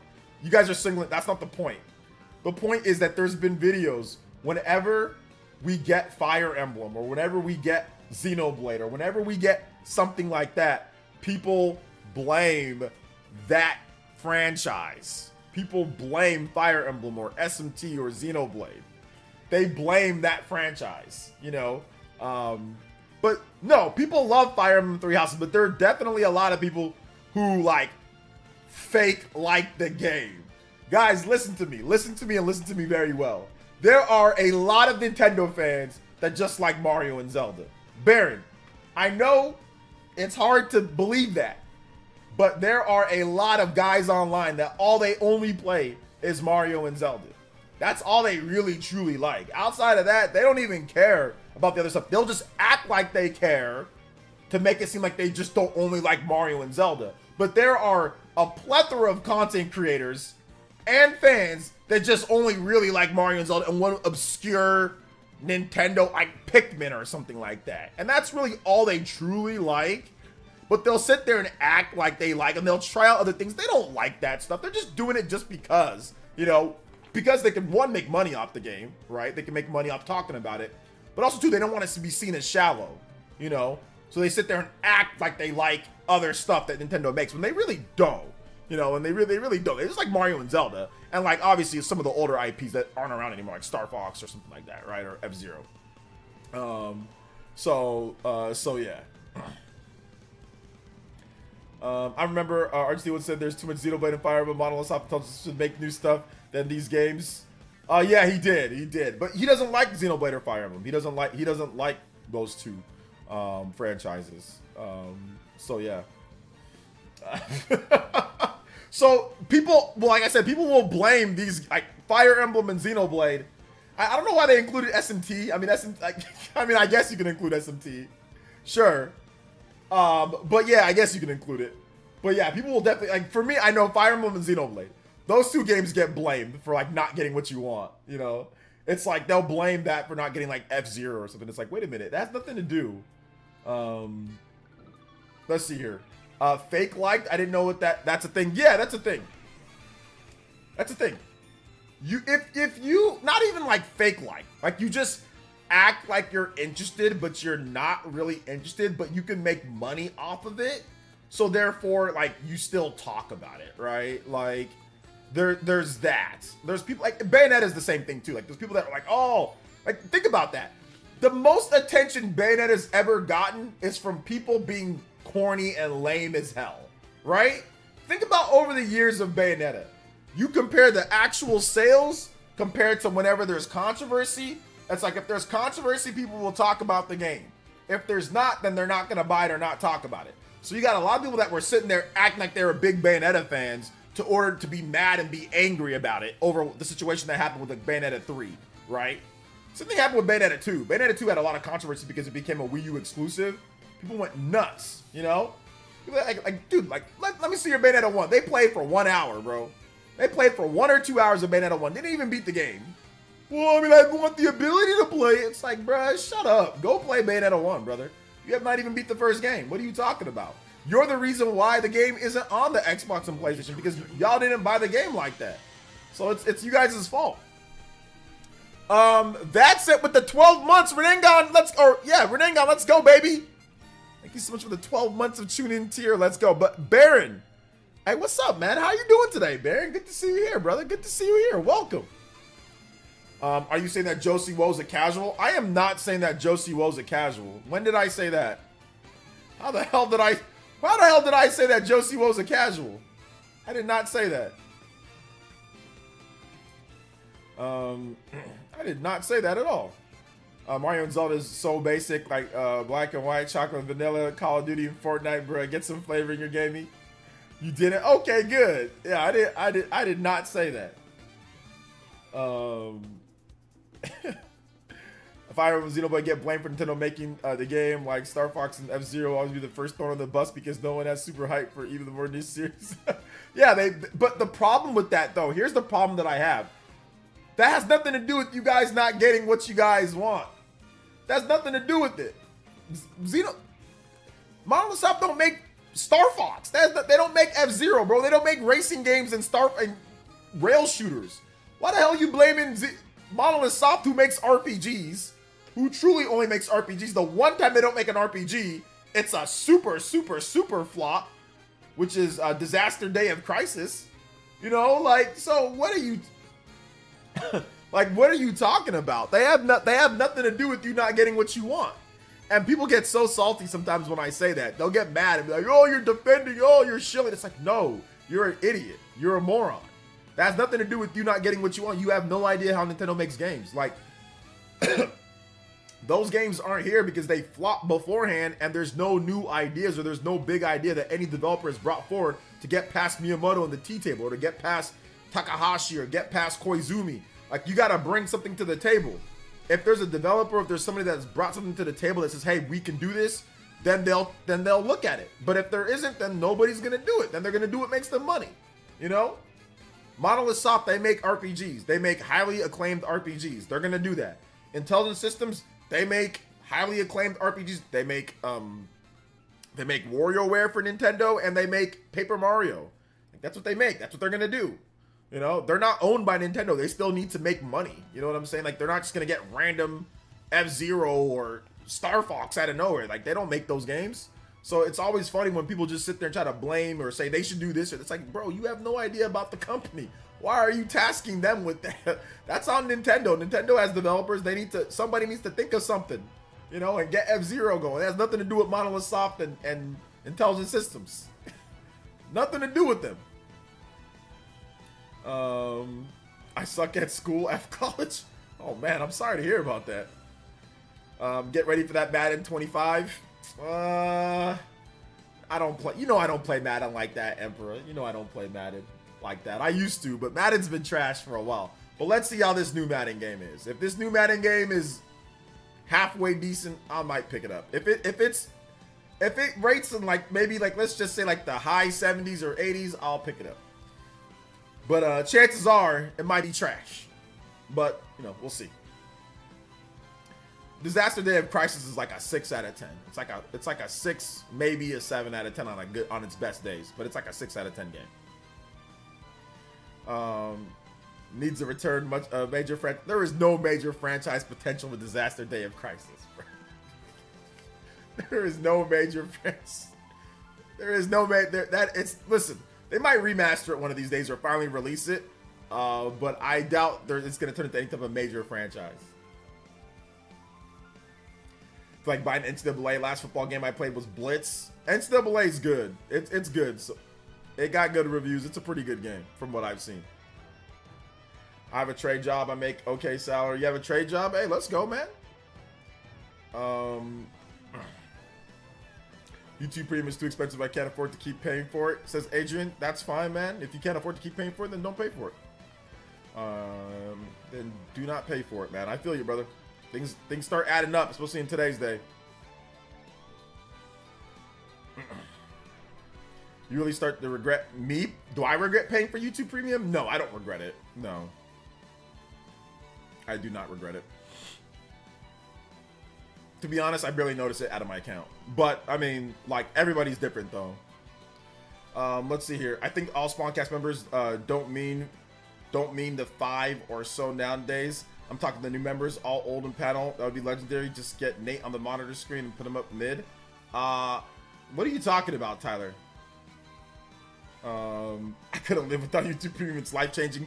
YouTube Premium is pretty good because even if you say, hey, look, I'm going to just not pay for it. One of the big things about YouTube Premium is that it lets you play stuff while it's in sleep mode. And that right there is definitely good. Like, that is probably, and they know that's like the #1 feature people want. I mean, no ads is great, but I think people would be able to live without YouTube Premium if it allowed you to put your phone in sleep and still play the video. So if you're on a commute or if you're on, you know, if you just need something to listen to, whatever the case is, right?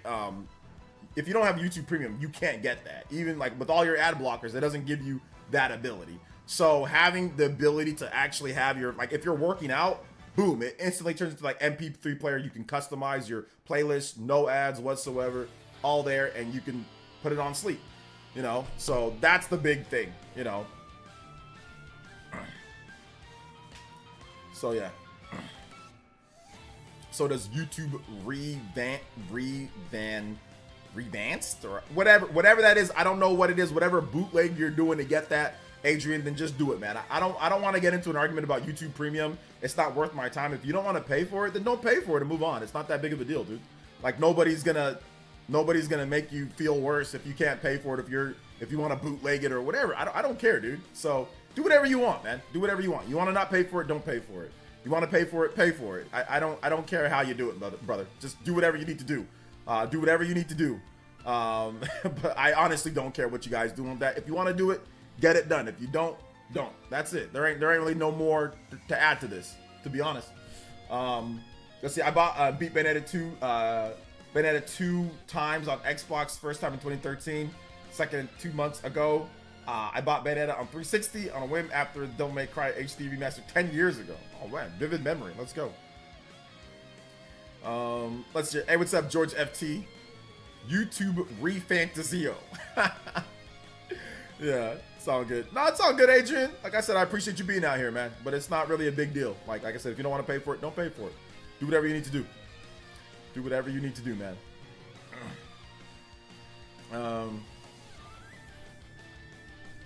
Let's see here. If you guys all did a live panel and just put Nate on a monitor in the middle of the table and say we're all here, like at Too Many Games, like live panel.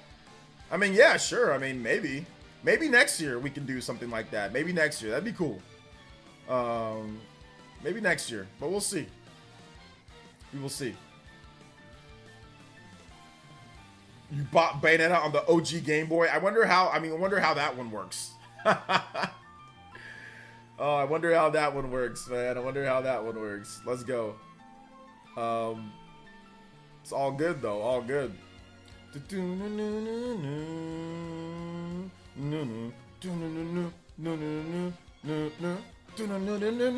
Oh man, I love this song.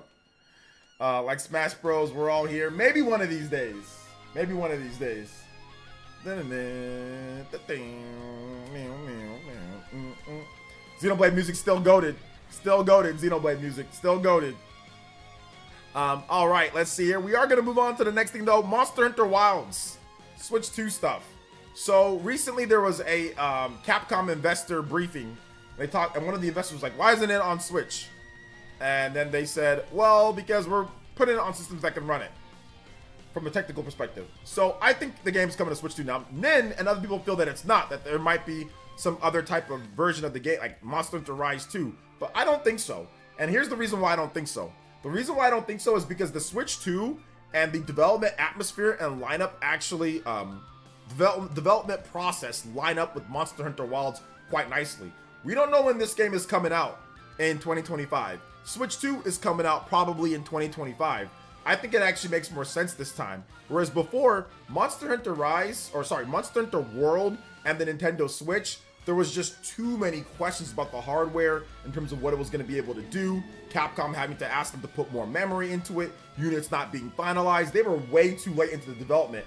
I personally feel that with the Nintendo Switch 2, Capcom's been on board and has been one of the earliest, if not first, people to even get the Nintendo Switch dev kit. And I think that the power gap between Switch and PlayStation 4 and what it can do and technology compared to Switch 2 and Xbox Series, which is the lowest common denominator, I think that gap is way smaller, in my opinion. I think the gap's gonna be way smaller. And in some respects, I think it's gonna be better even on the Switch 2 when it comes to the device. So that's the reason why I think they're gonna actually put Monster Hunter Wilds on there. I don't think they're gonna create a whole new game for the Nintendo Switch 2. Now they could, but I don't think that they will. I think that they're actually gonna try to push this because it's gonna try to push cross-save, cross-play, and all of that. Remember, Monster Hunter World and Monster Hunter Rise don't have that. I don't think they're going to have the money to create that. Well, they do have the money, but I don't think they're going to have the time to create two separate, massive, new-gen Monster Hunter games this time around. So I think it's going to be Monster Hunter Wilds on Switch 2. But that's just my opinion. What do you guys think? You guys can let me know. And you also have to remember, the RE engine didn't run. The normal RE engine didn't run on the Switch. They had to adapt it, which they did. I mean, it's still the RE engine, but they had to adapt it. I think this time around, the normal RE engine will be on the Nintendo Switch too. So I think that's also a big development change in the atmosphere as well for the Switch 2 compared to Switch 1. So we'll see. We will see. But what do you guys think? You guys can let me know in the comment section. Also, hit that like button, guys. We're at 80 likes, so we're almost at 100 likes. I would love for you guys to be able to, if you guys could definitely hit that like button, that would be awesome. Would let me know that you guys are trying to, do what's best, you know? So you guys are trying to do what's best for you. So hit that like button, let them know, and we will do this. Let's get it done. If Switch 2 comes out early 2025, I could see Monster Hunter Wilds being the first third-party games for the Switch. Early 2025? I mean, it could become earlier, mid, but we don't know when Monster Hunter Wilds is coming. Like, we have no idea. I'm guessing Wilds will be like an early 2025 game, but we'll have to wait and see, right? Still have to wait and see on that one. RE Engine is a beast. Let's see. I fully expect Monster Hunter Wilds to be at the launch for the Super Nintendo Switch. Yo, Baron, you got time to talk right now, or are you good? Or can you not? You got time to go on Discord? If you want to talk about a few different, just like 10 minutes, if you got time. But if you don't have time or you can't, that's cool.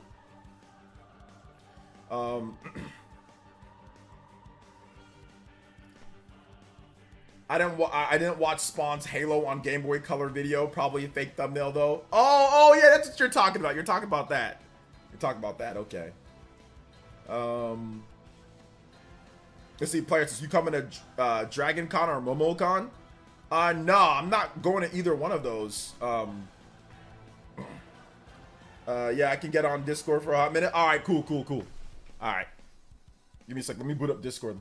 We're going to talk to Baron about some Nintendo stuff, what he thinks. 'Cause I don't think I've gotten his opinion on all like the Nintendo Switch 2 stuff. So we're going to give it about 10. We're going to maybe about 10, 15 minute talk, Baron. Maybe a little bit more. Like I said, I won't take up too much of your time. I know you're busy. Baron's out here power bombing people and stuff and wrestling. Needs to power bomb freaking Jericho or something like that, right? That's what you mean. Power bombing Jericho. All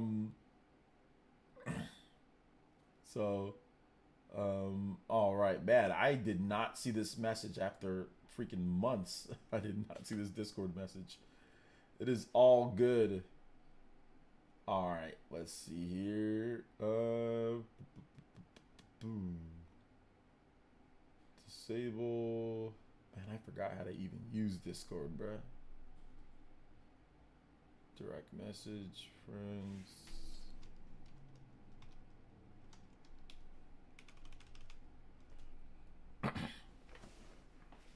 Can I just get you on? Are you on? You're on Twitter, right, bro? I don't even be seeing your posts on Twitter no more. What happened, bro? What happened? What happened? You got to get on Discord. Do I have you as a friend, Baron? Cause I don't know where. Cause I don't know why you don't pop up.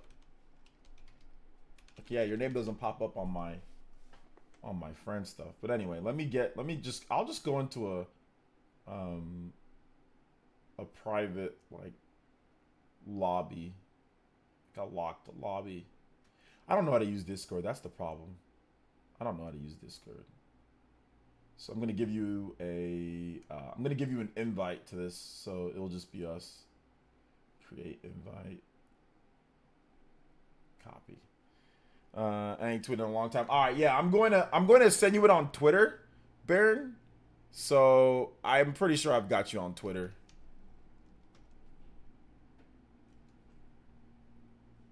Yeah, you ain't tweeting in a hot minute, bro. You ain't tweeted in forever. All right, so I sent you the link. It should pop up, and then whenever you're ready, you can just hit that link, and I'll be there. I'll be there waiting. So whenever you're ready, let me know, or whenever I see you pop in, we can talk about some stuff. OJ, I already pre-ordered my Switch 2. I'm not wasting time. How did you pre-order the Switch 2 already? How'd you do that?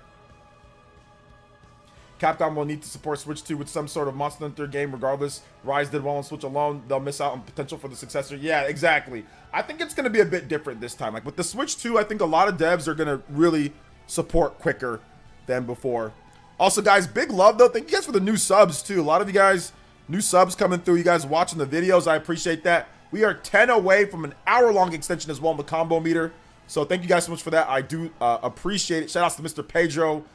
10 away from that 1 hour extension on today's stream. We've got a 45-minute extension locked in already, but we could extend that out to 1 hour. What the heck? Okay, never mind. We're good. Here we go. Let's see. He pre-ordered it from Woodhawker. You got it from Wood?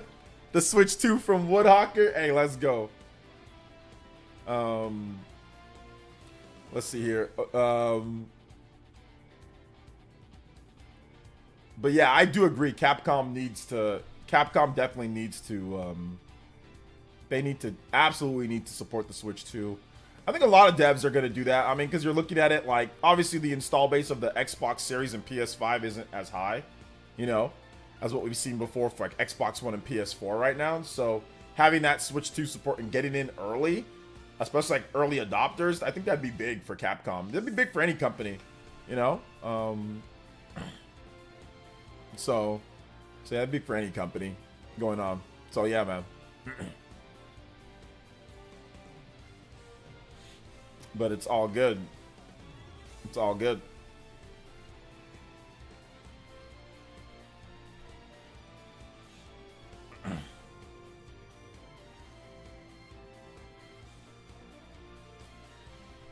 Alibaba?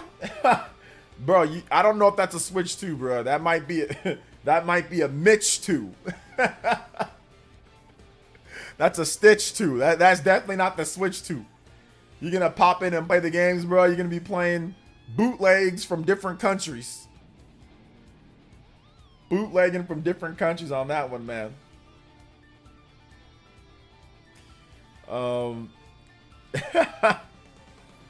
It was a reference, but with Bayonetta. Oh, okay, I got you. I got you, Mr. Pedro. I got you. Remember this song, guys? You would never stop hearing this. You never stop hearing this. About to click the Discord link. All right, yeah, just come in whenever you want.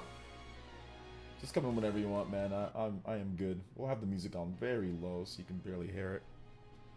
And then we'll have Baron here. We're going to have Emperor Baron Black, YouTube extraordinaire, industry legend, wrestling legend, Nintendo fan legend, Nintendo gamer legend, Baron Black. This guy's awesome, man. He also was a former, used to work with me on the PE podcast as well back in the day. So yeah, Baron's awesome. So yeah, once he gets in here, we'll definitely get him on and start talking about a few different things.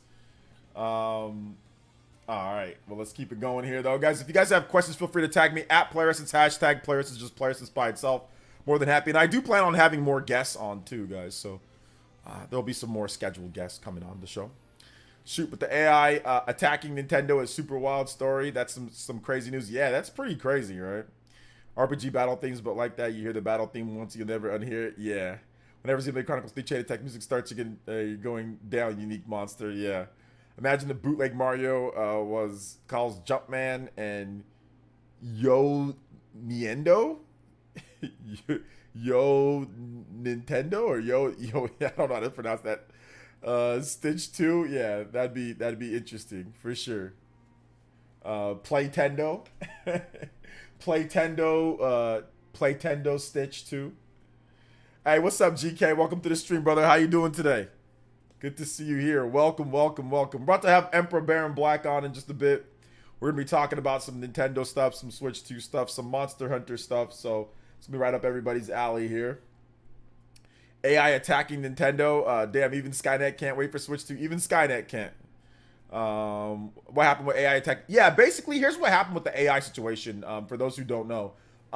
There's this AI bot or this AI whatever that took assets from Nintendo's YouTube channel, like took assets from their stuff without telling them. Also, they did it from like Marquise Brown Lee and like other places. They just randomly took assets and stuff like that, which is obviously a copyright problem.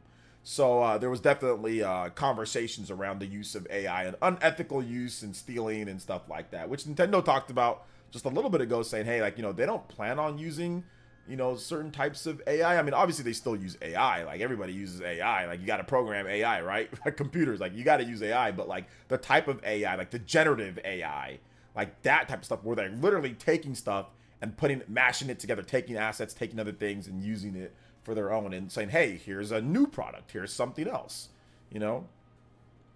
So yeah. Spanish for this sounds like Nintendo lost in translation. Oh, okay, I got it, Mr. Pedro. It's all good.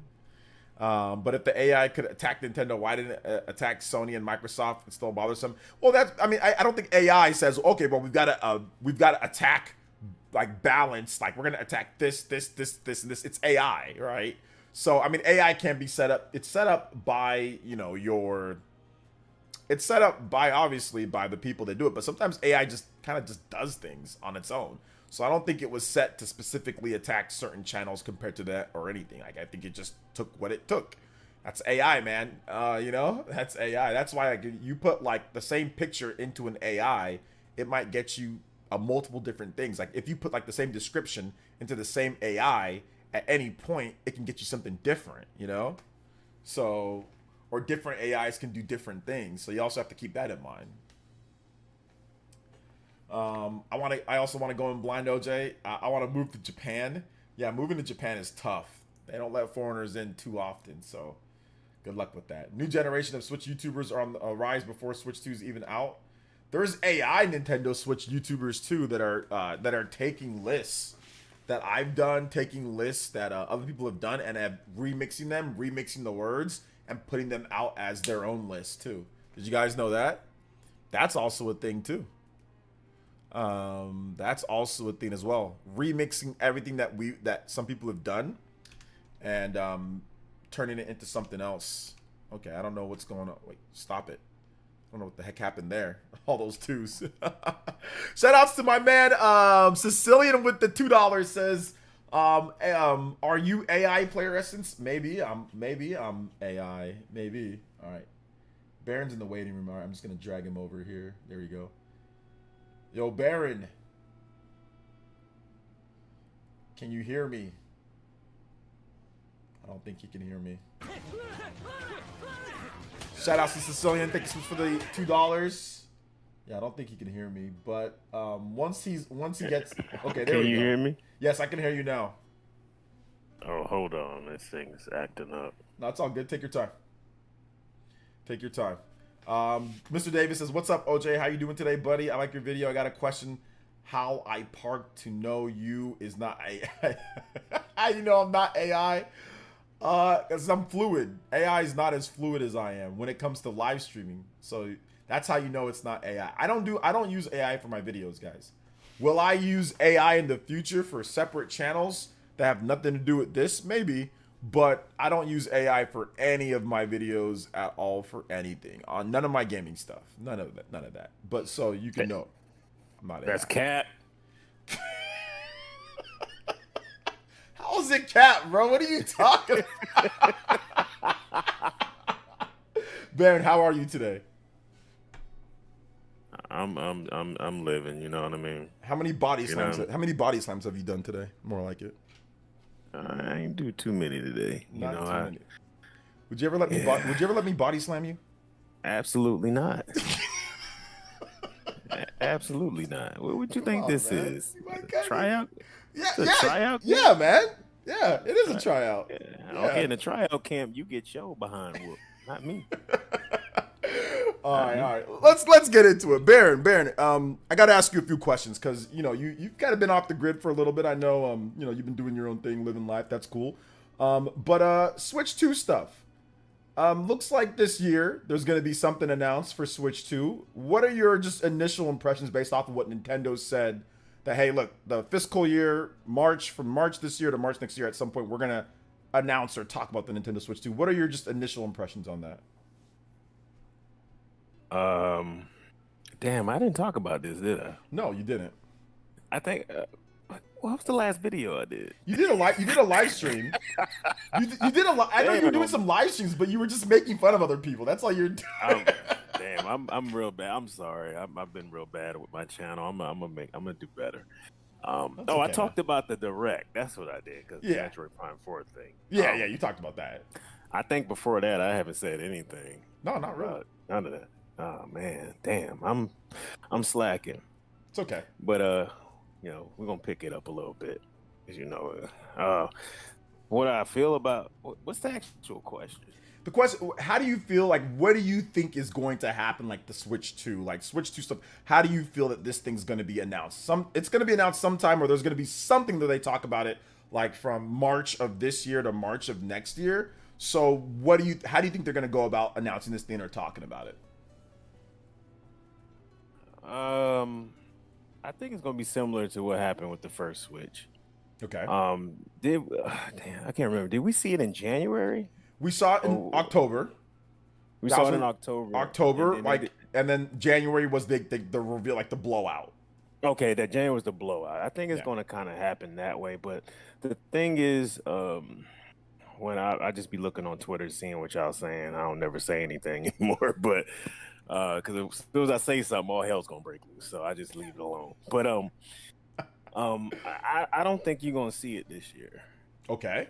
I don't think y'all gonna see anything of it this year. I think it's pretty evident that they want Switch to be the #1 best-selling console of all time. I don't think they're gonna do anything to jeopardize that. I think the lineup shows that they want that to happen. You know, because they pulled out all these games out their ass that we never seen before, like the Legend of Zelda game, starring Zelda, and then Mario and Luigi Brothership, and other things that are coming out. It's kind of leading up to really trying to sell this game. And you still got the Pokemon game coming out early next year, right? At some point next year. I mean, we're thinking that it's early, but it might not be early. But yeah, it seems that way. Yeah, the Pokemon Legends ZA. Hopefully that's good because the last Pokemon game's been trash forever. Legends was good though. Legends was good though. Did you play Legends? No, I didn't play. I told you after Why did you not play Legends? After the flat grass and the 64 trees, I was not buying another Pokemon game. How do you not play Legends? How do you not play like the best Pokemon game? Bruh, we had this argument for how many years? No. Now? When did Sword and Shield come out? That came out in 2019, Darren. Okay, I told you then I was never buying another game that said Pokemon on it until I seen a generational leap in this series. Until I see that, Legends might be that game. Legends is not graphically. No, it's not a generational leap. No. Listen, they didn't even show you what the game looked like, which I thought was weird. So maybe we get surprised. I don't know. Yeah, ZA. They didn't show us because guys like you. That's the reason why they didn't show. Yeah, exactly. I'm gonna be right on that ass. I'm gonna be because people flat blade of grass. Yeah, because people like you. Because you guys are. Yeah, you're the problem. What? I'm going off. We got games that look like Monster Hunter Rise. There's no excuse anymore. Okay. I'm not even gonna get into that argument with you because we'll be here all day. You make excuses for them, but I don't make any excuses. Shut up. I asked you if you played a game, the best one. You said no. I played the not good. I played the not as good one. I asked you a question. Listen, okay, you're right. Bruh. Get back to whatever you're talking about. I'm sorry.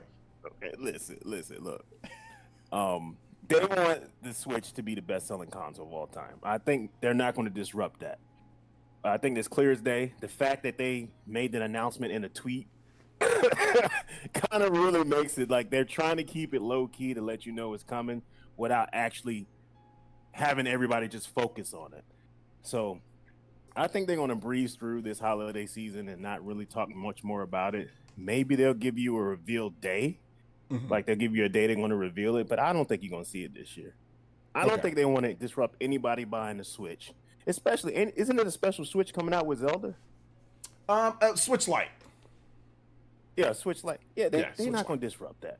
They're not going to disrupt that. They want to sell the rest of these Switches out, beat that PS2 record, and then they'll show it to you. And I think that's not going to happen until January. They can't beat the PS2 record by January though. Oh, I don't think they want to disrupt the holiday sales. That's the thing. Oh, okay. So I don't think they want to disrupt that. They want to get as much as they can get out of it this holiday. So I don't think disrupt it. I think you'll see it in probably January. And the thing is, I think that's a good time. They don't disrupt the holiday season. They keep that intact. People still buy Switches, the regular OG Switch. I think probably at the Game Awards we'll probably see more Metroid Prime 4. I don't think that's a Switch 2 game though. And I think you'll see Pokemon before the year is over with. Actually see it before the year is over with. But I still think that's probably a cross-gen game. But I don't think y'all see it to January. I don't see any point in showing it before January. What's the point? We're not going to play it anyway. So it's like, why even bother? So I think all these rumors about people talking about Tokyo Game Show and all this stuff, I just laugh. I'm like, if they wanted you to see this thing, I think... You're talking about Metroid Prime 4? Or... No, I'm talking about the Switch 2. Yeah, I don't think they're going to show that Tokyo Game Show. I think they just might do like what they did with the Switch 1. Remember the Switch 1? They just had that like October, like a quick trailer or something. Nothing too crazy. But, I mean, listen, B Queen, another user of mine that she's been right on a lot of her stuff that she says here, she thinks the same thing. So it's not like you can just disregard what you're saying. I think that's definitely a good prediction, you know? Yeah, I think usually we always get something around it at the beginning of the year. I'm still on the bandwagon of I think they're just going to launch the Switch 2 the same time in the same month that this first Switch launched, which is March. That's a big limb to go out on. I don't think people can see a March launch for the Switch 2, but I can see it. I mean, I can see that I can see it. I mean, they launched the standard Switch, you know. So I mean, yeah, but makes sense, right? that's what people think we're going to see it before. It wouldn't shock me if we see nothing. If they can tell us stuff just like they told us stuff in the tweet, but I don't think we're officially going to see anything. Okay. So anything tangible until the beginning of the year. So to actually show something in January and launching in March is kind of crazy. But if anybody gonna do crazy stuff like that, Nintendo could pull it off. That's the thing that I don't think that they're gonna do, because you would need logistics wise, you need at least like 5 months. So I mean, like, that'd be very difficult. I don't know if it's difficult. That's difficult. I think one point that you pointed out that I think nobody ever talked about is that the install base for the PS5 and the Xbox Series isn't that strong. Yeah. So it's like I don't think they need that 5-month prep period. I think people are going to jump in anyway. And if this system does exactly what people have been talking about with the DLSS technology and all that other jazz, they people are going to buy this thing in drones. And if you have the right games day one for it, I think they have nothing to worry about. And I think everything's pointing to them having the right games ready at day one. I mean, we're due for a lot of big games. The next big Mario game, we're definitely due for another damn Mario Kart. I mean, we've been playing that Mario Kart for 10 years, bro. Yeah, that's a long damn time. We're due for another Mario Kart. I mean, Party Man will let you know about that. We're due for another Mario Kart. But I do want to ask you this with this like Switch 2 stuff and all that. What do you feel would be the most logical like first year lineup? What do you think? I mean, we know like 3D Mario and all that, but how do you think that they're gonna go about it, like with the launch lineup? I think the launch lineup, and people won't think I'm just a Nintendo fanboy when I say this. I think this gonna be the potential of the best launch lineup of a console, period. Okay. And I think Switch, and I'm talking about day one and then the first 6 months, the launch window basically. Like I said, you do for a 3D Mario game. I think that's automatic for people. I think people just think that's automatic. We're gonna have that. The potential of a new Mario Kart to launch in that launch window, even possibly day one, is a situation for that. We know Monolith Soft been working on something. We don't know what it is. I think there's potential for that to be there. I think people really keep forgetting that they have a contract with Microsoft for Call of Duty that has to show up at some point. Yeah. I think that's at the launch of Switch 2. That just makes sense right there. We know Capcom has been on board early, so that could be Monster Hunter Wilds. That could be something else. We don't know what that could be. I think it's just the potential for so many things are due and so many partnerships they had that are strong now. I think it's going to really fit with a lot of games really showing up on the Switch immediately. Not down the line like it happened with the original Switch, like the Doom and stuff like that. I think stuff is just going to pop up immediately because I believe a lot of these developers had this development kit for a little while now. So they're going to be ready to go. They're not going to be playing catch up like they did with the Switch. Like, this is a hot thing. Let's try to catch up now. None of them believed in it. Like the thing about people don't realize with that is that the Switch, its success is remarkable. I don't recall another system that had that little of support from third-party developers that actually went on to be like as successful. Like, there's no other system. Because if you think about it, like even like maybe you can say the DS,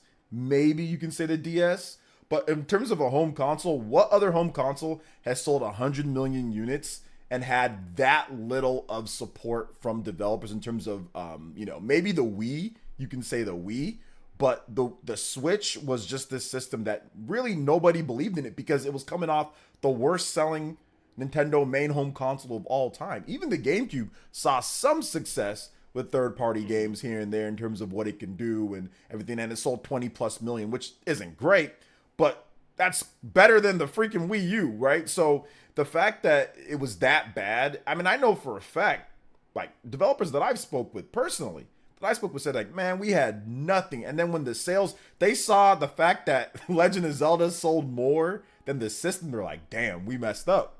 Right there is when some of them knew that we messed up, because they're buying Zelda because there's no, I mean, people are gonna buy Zelda no matter what, but people were buying it so much. They had money to spend. People were buying the what was it? How much was that collection edition? That collection edition was $200 or $300. People were just buying that. People were buying Bomberman.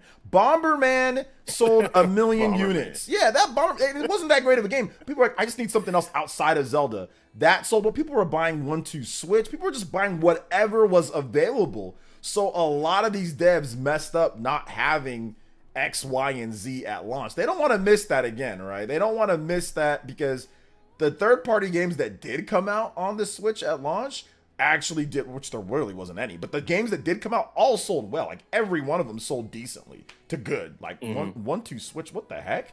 You know, like if there was Call of Duty, or if there was like, let's say like I don't know, like Batman or something else, like that game would have not sold like that.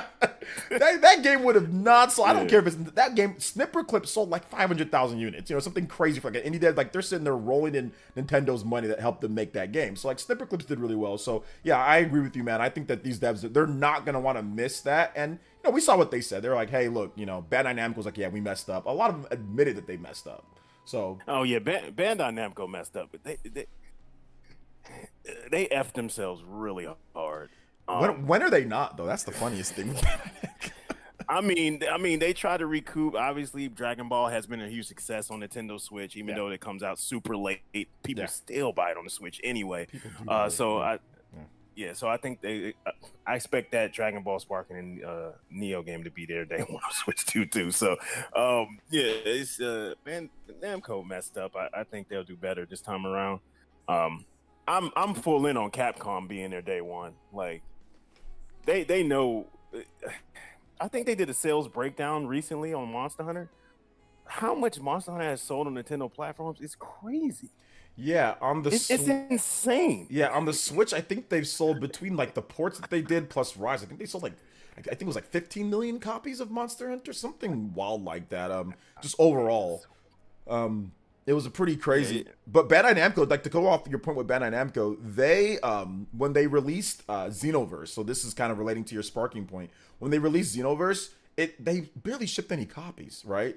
And then like sold out instantly, because they only shipped like 20,000 copies or whatever, and like they sold out instantly and almost instantly made their money back from the port, because it was a pretty meager. I mean, it was a good port. It wasn't a bad port, but they didn't spend any resources on it.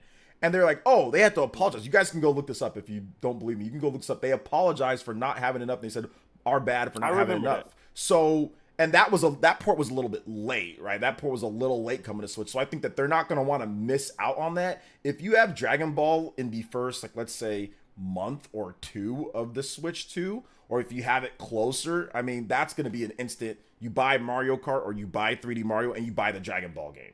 It's going to be like an instant. People are just going to be like, okay, just give me the Dragon Ball game because it's Dragon Ball. And of course, I'll buy my Mario or whatever. So I don't think they're going to wait as long. Look at, like, what was it? What was the game? Kakarot. Kakarot did well for them on this. And I'm like, that's such a crusty version of the game.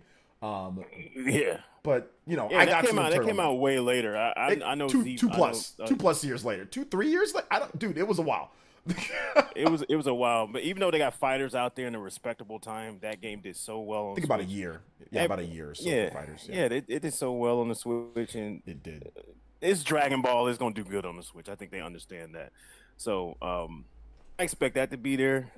I'm with you on Monster Hunter Wilds. I think they're already working on it right now. I fully believe they've been working on it ever since they've been working on the PS5 version, the Xbox Series X version. I think they're just going to pop out and just, here it is. You know what I mean? When it's time to reveal it. Those are games I think those are just shoo-ins to me. Like, because it's so much money to be made and so much money to be missed. I think the long shot, which I put my neck out on the line for, which people are not willing to do yet, is Grand Theft Auto 6. Yeah, I think that's a done deal. No. I think that's a done deal. I think that's a done deal already. I truly believe it's a done deal already. It wouldn't make any sense for. No, there's no done deal. It wouldn't make. Where's GTA 4? Make any. Where's GTA 4? Where's GTA 5? We could say it was GTA 4, with GTA 5. Yeah, where are they? But we can also say to this point we can also say at this point, Rockstar has been increasing their support for Nintendo systems. Okay. And we get to the point that we're getting stealth releases on games. Like, it's like, what was the last game they released? It was the Red Dead Redemption one? Was that the last one? Yeah, that's actually a really good port of the game. That's so it's like, yeah. Well, if they really not believe in in making money on Nintendo platforms, what was the point of doing all that stuff? Okay, and they did. You know make what I mean? money. Red Dead did good on the Switch too, from what I understand. It did good. Yeah. So I'm like, I think they're doing this for a reason. I think they're just they're priming the Nintendo audience ready, getting them ready for when the next Switch comes out that, they'll give out full support. And I think Grand Theft Auto 6 is a perfect start for them. Okay. I believe it is. I think they want to smash every record conceivable in gaming with Grand Theft Auto 6, which they can absolutely do. But with the install base of the PS5 and the Series X right now, they can't do that. Well, they're gonna get people to buy. Like, people are gonna buy the system for the game. Yes, they are. Yeah. They absolutely are. So why not add Switch 2 to that? Why stop it at 2 systems? Okay. I think it's already a done deal, man. I think it's a done deal. I think it comes out around the same time as probably the PC version. I wouldn't be shocked if it came out before the PC version came out. We'll see. If we were supposed to believe these rumors of how easy it is to make games for Switch 2 compared coming over from PS5 to Series X. If we just believe everything. So. Yeah, well, I mean, we'll see on that one, but yeah, there has been some credible stuff on that one. I do want to say thank you so much to Jacob Dressback. Thank you for the gifted membership. Nightfly was gifted that membership. I appreciate the support during the call with Mr. Barron. So, Barron, I do want to ask you one more thing before I let you dip, because I said I only take about 10-15 minutes of your time, and we're nearing that. I do want to get your opinion. I know you talked about the Nintendo Direct. What was some of your highlights of that? And I'm going to pull up your channel, and I'm going to make sure I put a link to your channel. I'll put that in the chat. But if you can let people know, what were some of your highlights with the Nintendo Direct? How did you like it? And what would be your grade for that last Nintendo Direct? Oh, I gave that thing like a 9 out of 10. 9 out of 10? Yeah, just for Metroid Prime 4. everything else was good, and it wasn't a train wreck. Nothing else was sour. Okay. But when Metroid Prime 4 came out, and I was like, yes, I was in heaven, dog. I was in heaven. I literally felt like I watched 10 X-rated movies when I seen that trailer. It was that good. It was it was that good, bro. It was that good. What are you doing? What are you talking about, bro? That trailer was that damn good. That trailer was that damn good, bro. You can't lie. Maybe just 3 or 4. Why do you gotta go all the freaking 10, man? That's a lot. So that's what you've been doing with all your time. Is that what you've been doing with all your time? You've been doing that all your time? No, I haven't been doing what you've been doing. That Dora Explorer stuff you've been doing. I ain't been doing that. But Okay, Mister. But your favorite movie's The Wood. Okay, bro.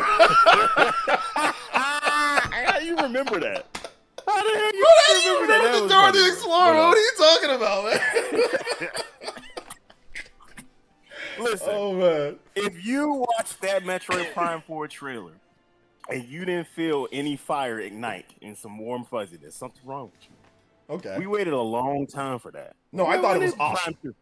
When did Prime 3 come out?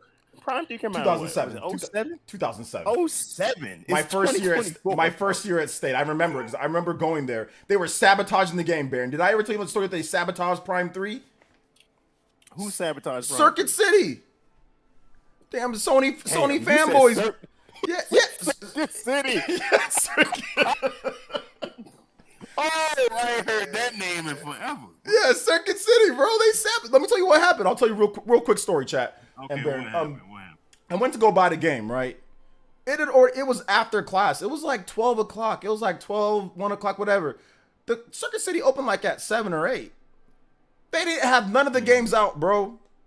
They didn't have none of the games out. There were people in that store. Nobody was buying the games. They didn't put none of the games out. So I go talk to the lady. I'm like, yo, where's the game at? I'm like, Metro Prime 3, you guys got a copy? She's like, no. And I'm like, it's definitely out today. I checked online. I'm like, yeah, no, it's definitely out today. What's going on here? She was like, oh, let me go check.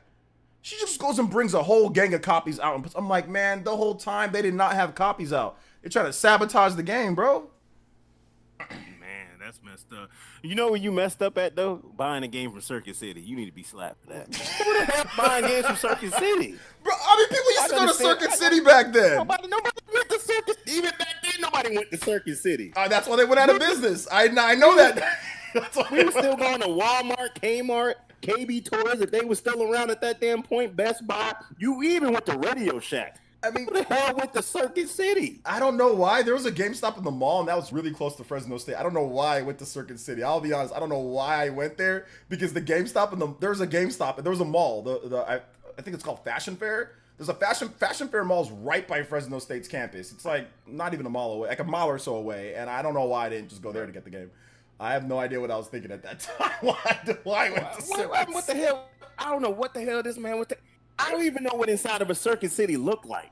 That's how many times I've been into a Circuit City. Zero. It was like ghetto, but like not. it was like they would like cubicle. It would make it like sections. But the Circuit City that I had in my hometown, that one was different. This Circuit City was like Best Buy. It looked like Best Buy. You know, it looked like Best Buy. It looked like that. And I mean, it didn't like not the color scheme, obviously, but like the inside was very similar to like what you would see inside of a Best Buy. Maybe not all the appliances. I don't remember exactly. But yeah, they went out of business. They went out of business. I know they went out of business. They went out of business because, and the funniest thing is like you started seeing why they went out of business because they had a clearance. And I asked somebody like, I think I want to go buy Prince of Persia because they had it there for like $20. The Prince of Persia game, like the new Prince of Persia. You remember that Prince of Persia, like the cell shaded one for the 360? Which one are you talking about? Remember that one? No, it was Prince of Persia Warrior Within, and then it was another one. What was the other one? Not that one. Those are the 6th gen. Those are the GameCube ones. Yeah, those are GameCube. Think of the 360 and PS3. That one where they redid the art style and everything. You have like the girl that travels with you. I can't even remember that. You don't know that one? That one's really. I know it, but I can't remember it. Okay, yeah, you can't. Okay, yeah, well, next when you get a chance, just look up 360 Prince of Persia. That's it. I'm gonna get that. I'm gonna get that dono message right off in just a bit. Thank you for the big 15, brother. I appreciate that. But yeah, I went to go buy that one. And oh, I remember this one. Yeah. Okay, that game was garbage. I didn't buy that. What? How was it garbage? What? I didn't like that. I didn't like No. I mean, it was too easy. That. It was too easy. It was way too easy. I didn't like that one. Okay. Yeah, I remember that. Anyway, I went to go buy that one. They couldn't find I asked the guy there, and he was like, he couldn't find the key or anybody that had the key, and he just looked at me like, oh well. And I'm like, bro, if you don't get me that game, I'm going to jump kick you. I think that was my exact words. Like, I think I might jump kick you if you don't get me this game. So find somebody with the key. I came here to get that. Give me. Wait. What store is this? Circuit City again. You went to Circuit City again after they bamboozled you. It was on clearance. So basically, you are a serial abuser, except because they abused the hell out you for Metroid Prime 3, and you took your ass right back to Circuit City again. Well, because it was on. Listen, it was $20. They were going out of business. It was $20 clearance. I wanted to get the game. It was on clearance. Oh wow, man, that's ridiculous. They had a DS there. You could get a DS for like $50. They were doing all sorts of crazy deals at that point because they were going out of business. None of the employees cared at all. Like none of them cared. OJ, listen, yeah, none of them cared. OJ, you know I'm the king of sniffing out BS, right? What? Where was this Circuit City in proximity to your home? I was living right next to the Fresno State campus. So I was living right next to Fresno State campus. And I think that the reason why I went to that Circuit City is because it was like, I don't know, maybe because it was like a straight drive. But then the more that I think about it, the more that I think that this Circuit City was further away. But once again, it was the reason why I went there to get that was because it was on clearance. Now, the other game, the Metroid Prime, I don't know why I went there. I have no idea why I went there. I should have just went to the mall. But the Prince of Persia game, that was because they were going out of business, and I wanted to get the game for cheap. That one I know. Okay. But you smell that? No, You smell that? Do I have to get my roommates on here for? Do I have to get? You smell that? No. Chat, do y'all smell that? Oh my God. Let me open my window real quick. It smells like a lot of buzz. What is there? Let me tell you something. Let me tell y'all something, and everybody in the chat can vouch for this. no grown man, I ain't gonna say grown man, no man or college man or collegiate man at this point is going to drive out of their way to go to a Pacific store. There's only one reason we do that. Who was she? Who was she, OJ? There was not. Who was she? Because we're not going No. especially when it comes to video games. There was something in that store that definitely wasn't on a circuit that you liked. So that's the reason you went back to that damn store 2 times to get your ass whooped. So it's like, honestly, who was she, OJ? honestly, the first time, I have no idea why I went there. I gotta talk to my roommates and ask them, why did we go to Circuit City? Because we would go there. I gotta talk to them why we just didn't go to GameStop in the mall. So it was a bunch of you going there. So who was she? Because when a man say, I don't even know why I did it, that gives it away. I know why you did it. No, there was nobody there, bro. I mean, if there was, I swear I would tell you. I was single all throughout, I think, my last year at Fresno State. I had a girlfriend, but she was terrible. She cheated on me all day, so it was all good. I barely treated her as a girlfriend. But no, like, there was no girl there. There was no girl there. Like, I wish there was, and then there'd be an excuse for me to go. I really wish there was. I'm like, oh yeah, that's why I was a dumbass. And I kept going back to Circuit City. I wish there was an excuse that I could give you. That's the only excuse us men do that. That's the only. We only put ourselves in conveniences if it's for a woman. Bro, that's the only time we do that. I wish there was an excuse. I gotta talk to my friend Jorge. I gotta talk to my friend Jose. They were there. I gotta ask them why we went to Circuit City. The second time, I know for a fact we went there because of the going out of business sale. Like, I know for a fact, like the Prince of Persia, that was because of that. But the Metroid Prime, I have no idea why. I do not know why I would go there. I know why. You seen a hot pool girl there. There was definitely no hot girl working at Circuit City, bro. Like, there was no girl working at Circuit City, man. Like what? It was. I mean, we're talking. God, how many years ago? Bro, trust me. It happened to me. It happens to everybody, bro. Yeah, it happens to you, but it didn't happen to me. It happened to every man. No. We would go out of the way. We literally would go to this other store for that reason, even though the store is next door. Let me see. Come on, man. Let me see how far away that Circuit City was. let me. You subject yourself to D-tier retail of video gaming, so that's the only reason you would do that. Circuit City. How many people? People in the chat. How many people in the chat actually bought games out of Circuit City? If you were old enough to go to Circuit City, let me double. How many people? I've definitely never stepped foot into Circuit City ever. I'm gonna check the distance. Okay. If you have bought a game in Circuit City, please put it in the chat right now. I'm trying to make a rationalize about this. It's because I don't know why. It's because it was. I'm trying to understand why I would go to. So here's the thing. Fresno State. That's no. The zip code is different too. Listen, it's okay. This is on North Blackstone Avenue in Fresno. Fresno State's on North Maple Avenue, so I remember the streets pretty well. If you go straight on North Maple, you keep going, Blackstone will be cross-sectioned with it, so you make a right. So it's not too far off if you get from the 99, like if you're driving from Los Angeles or something like that, right? So it's not that far away, but at the same time, like, I don't know why.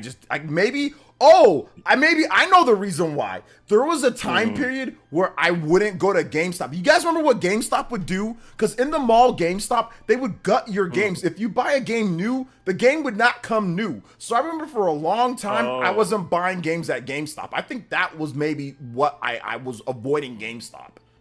And, I think maybe that was it. And you wanted to see thick thighs and fine in their eyes. I'm trying to remember, dude. This was 2007. So we're talking how many years ago now? That's 15 plus. That's a long time. Yeah, we're talking. This is 2007. So this is a long time ago. Oh my god. It's a Wait, long hold time up, ago. wait. Let me stop. This Okay. man said he bought Brawl at Circuit City. If you bought Brawl at Circuit City, what the hell is wrong? Look, people like some people went to Circuit City. I remember the midnight launch of Brawl at GameStop. Why the hell would you buy that at Circuit City? Some people like. You missed all. Where did I buy? You Brawl? missed all the experience. I think I bought. Where did I buy Brawl? Is it March? That's March. I brought 2008. I brought Brawl at a midnight launch at GameStop, and it was fine. I think I might have bought it at GameStop for the midnight launch. Yeah, because they did a midnight. So I think I might. And I know that I was gonna get a new copy of the game. Because I remember when I went there to go buy Bleach, like on the DS, they're like, the game was not new. They said it was new, but it was not packaged new. And I'm like, dude, what is going on here? And have you had that happen to you with GameStop where they try to sell you? Yeah. You know, They'll open the game and then the thing will be all open. I hated that. I remember I forgot what I think I was going to buy. Was it Freedom Fighters on GameCube? It was something on GameCube I was buying. And it was like, yeah, we got it new. They pulled it out. He opened it, looked at it. It's in there, scanned it, full price. I'm like, that's unpackaged. That's not new. Yeah, it's not new. They try to say, oh, no, what no, are you doing, bro? No, it's new. It's called gutting. I'm like, no, bro, you ain't gut me a new copy, bro. You ain't gutting a damn thing. What are you doing? Yeah. Hold up now. Hold up with that gut me line. Hold up. No, that's what they call it gutting. It's called gutting. No, not that you're getting. Hold up now. Man, you taking too many body slams, bro. You need to stop, bro. No, what Drewski say? What you mean? Well, get out of here, man. All right, Baron, thank you for coming out and talking to me, man. I appreciate it. We're gonna have you on. We'll have you on maybe next week if you can, or the week after, or some other time. Yeah, I'm gonna go back to listening and make sure y'all heard it here first. Grand Theft Auto 6 Switch 2. All right, I called it. Sounds good. Thanks for coming through, Baron. I appreciate it. All right, no problem. Stay out of Circuit City. I have to. There's no. All right, guys. Shout outs to Baron. I appreciate you. I appreciate Baron hopping on. We're gonna get back into a little bit of the notifications here. I do want to give a big love to Baron, man. He's awesome for coming out to the stream and talking randomly out of nowhere. So I do appreciate that. But big love to that set with this. With the Toby Blaster! Let's go. We haven't had a raw Toby Blaster in a while. Let's go. That 15. Jojo Mondays, here's an awesome dono for you today. Yes, sir. You've just been chilling and getting this stuff together here as a music request F-Zero any track. But also Circuit City used to be for computer-centric people. Then Electronic Fries came along. Yeah. Shout outs. Thank you so much. Yo, my man Vad said, thank you so much for the big $15. You know, I'm the new Hokage and Stream Ninja. Thank you so much, Vad said. I appreciate that. Sorry, I had to wait a little bit to get to that dono message, but I didn't wanted to give you the proper shout outs. And like I already had Baron on for more than, I think, 15, 20 minutes at that point. So I held him longer than I was going to hold on to him. So thank you so much. I appreciate that. We have now unlocked a brand new 1 hour stream. Let's go. Thank you so much. I appreciate that. We will extend this stream out, which I think we were kind of already going there anyway. So it all just kind of worked out. So thank you so much, Vatson. I appreciate that. JoJo's on the board. Also, thank you, Jacob Dressback. You did give me, I did add up your points here. Jacob with the gifted membership once again. Thank you so much, Jacob D. Appreciate that gifted membership, man. Thank you so much. You are awesome like always, Jacob. You are awesome like always. It was great having Baron on. And then also big love to Davila Gaming with the subscription. And Christian Mewer with the dollar says, that's not why I went to Circuit City. Okay. Listen, guys. Honestly, I don't know why that I went to Circuit City, but we would go to Circuit City. Maybe, I think it's because of the whole game situation, like the gutting situation. Like, that was a problem that I know that me and my friends, we hated. So I think that was it. We wanted to go get a game that we knew that was brand new, sealed. And GameStop would do that all the time where they would open copies of the game before the game even comes out. You would pre-order a damn copy of a game and it might be gutted, bro. It might, or you'd go there on launch day or the day after or whatever, and it might be just gutted. So, I mean, like, yeah, I wasn't down with that. Make sure you guys go subscribe to Baron on YouTube. I put his channel in the chat. but I'm gonna put it again. You guys go subscribe to him. Baron is awesome. Sub to Baron Black on YouTube. Make sure you guys sub to him. There's his channel link. Get this man to 8,000 subs this year. 8,000 subs, hopefully before the end of the year. So yeah, good stuff. Shout outs to Flipping the Switch with the 18 months. Was listening and playing Mass Effect 2, trying to make peeps loyal. I think I'm around halfway home. Hope everyone is having fun. Sub to Baron. Hey, let's go. Good stuff. And yes, that's very good that you're doing that. No spoilers. We are gonna have Flipping the Switch on for a Mass Effect retrospective discussion when he's done. So I cannot wait because I've been chomping at the bit to talk with someone about Mass Effect and nobody likes it as much as I do. But Flippin' the Switch does like it as much as I do. He really likes the game a lot. So we're definitely going to have him on maybe in the next couple weeks to talk about that. But yes, get those loyalty missions done. For sure, get those loyalty missions done because you're going to need them. So yeah, do those. Good stuff, Flippin' the Switch. Thank you so much for the Jonin tier. 18 months. Going on the Renangon. Let's get it. Thank you so much. Appreciate that, Mr. Flipping the Switch. Appreciate it. Let's see here. Lots to say. Players, this game is a masterpiece. Yes, the series is a masterpiece. I'm very interested because you're going to get, like, when you get into Mass Effect 3, you don't get the original experience. You're going to get the where they there was a big controversy. I'm not going to say exactly because I don't want to have any spoilers, but there was a big controversy, and while it's there, but like you don't have to deal with that, so you can just play it for what it is. So I love that, where you don't have to be like where there was just so much negativity surrounding, the Mass Effect, like when you get to Mass Effect 3. So yeah, man, I can't wait. I cannot wait. Yeah, Christian, I did shout out your dono. Thank you for the $1. You said that's not why I went to Circuit City. Okay, OJ. No, honestly, there was no girl there. If there was a girl there, I would have said, yo, guys, the reason why I went there, there was like a cute girl that worked there. But there was the girl that even helped me was like this chubby, short, like chick. So like I wasn't even like, oh my god, yeah, look at this, So I mean, she was like ugly. The girl wasn't ugly or anything, but I wasn't like, oh yeah, or anything like that, man. I mean, so GTA 6 being on Switch 2 doesn't seem outlandish. I mean, listen, it could be outlandish. Listen, the reason why I'm saying that I'm not so sure is because it's Rockstar, man. Rockstar, they have not been big on Switch, but you know what else is kind of been big on Switch? This right here. Overclock Buster! 1 hour max extended out. Thank you guys so much for your support. I do appreciate that. I love that notification. Also, the official Combo Breaker. Yes, sir. Yes, sir. Thank you guys for your support today. I do appreciate that. So we do have a number of, we have about 30 minutes left. We are going to extend it out to 1 hour. So if you guys want to hit that like button, please hit that like button. Let them know that we are streaming. We are getting down. So let's do it. Let's do it. Thank you guys so much for your support. Let's see. How the hell is it not on Switch? Hey, EA. Mass Effect 3 is on Wii U. But yeah, I mean, the fact that there's, I would probably say the file size would probably be the biggest thing, because Legendary Edition's like 300 gigabytes or something stupid, right? Or how many gigabytes is it? Let me double check. Mass Effect Legendary Edition. I think the file size is the biggest issue right now. It's 80 gigabytes. So yeah, that would probably be it. I mean, they could downsize it and all that, but I'm guessing they're gonna wait for Switch 2 and they'd probably do it on there. But yeah, that'd probably be it. But yeah, Mass Effect 3 is on Wii U if you want to play that. No, you can't break it up into 3 games. No. You gotta have the whole you gotta have the whole shebang or not, bruh.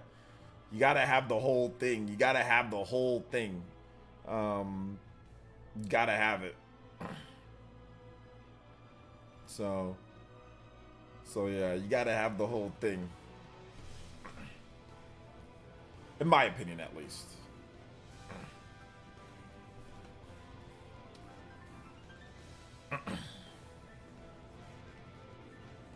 So yeah.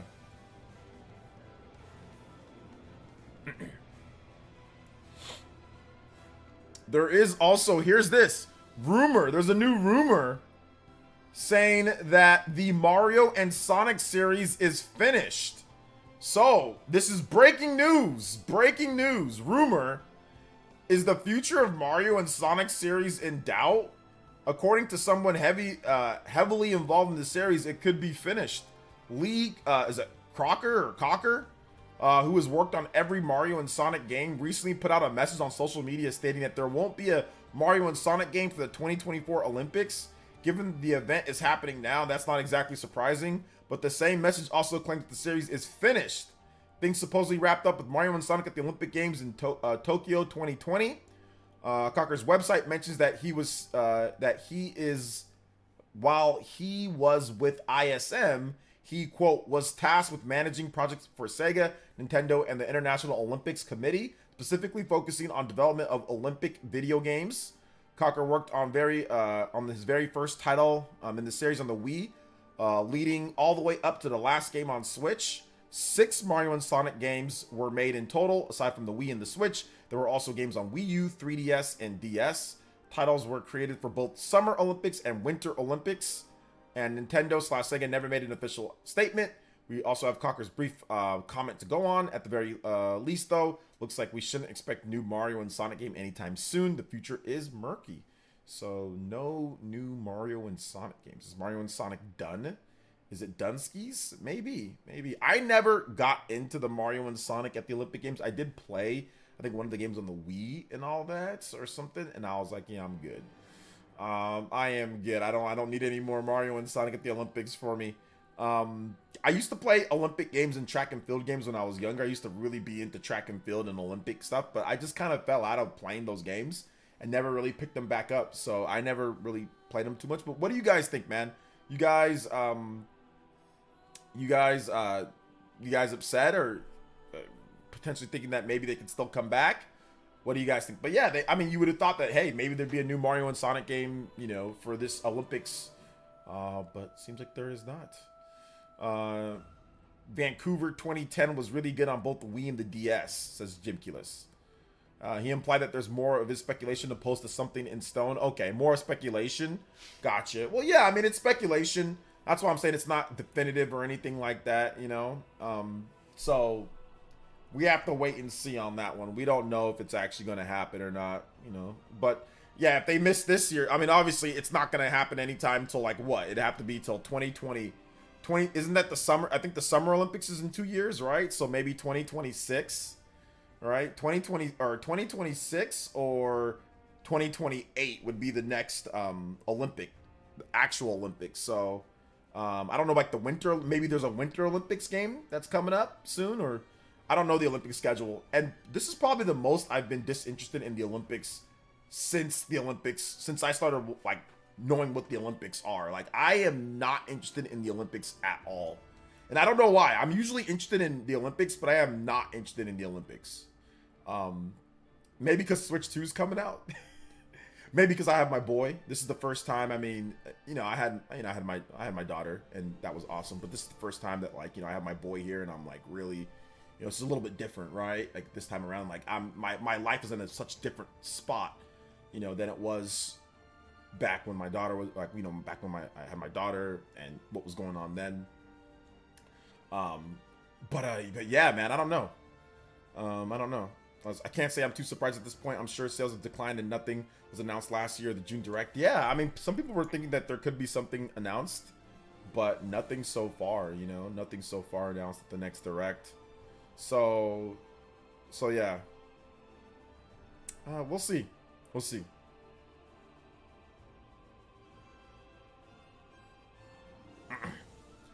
We'll see how it works out.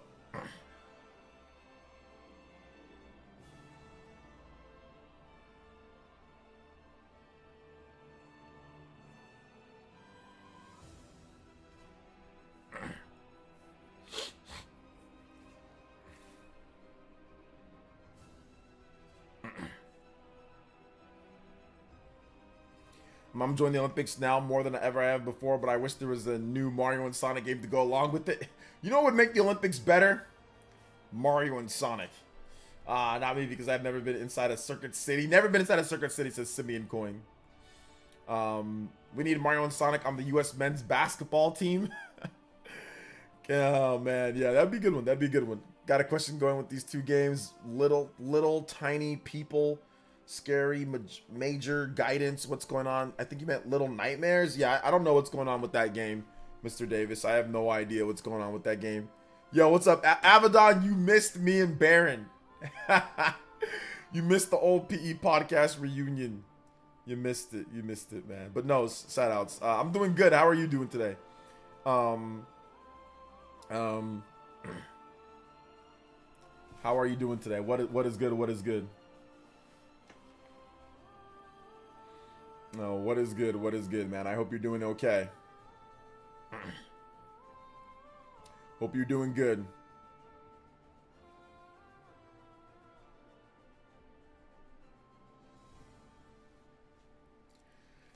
Says what? Oh, no, I'm good. Yeah, if you rewind about maybe 20 minutes or so, you can catch some of it. So yeah. Maybe I should have clipped that part out so people can watch that later. So maybe I'll do that. Maybe I'll download the video and I'll clip out the part of where me and Baron. Maybe we'll have that as a video on the stream. Maybe we'll do that. I think that'd be a pretty good video for the channel. Should have recorded it by itself though, because if I record it by itself, then it would have got rid of all the other stuff that's around here, but that's okay.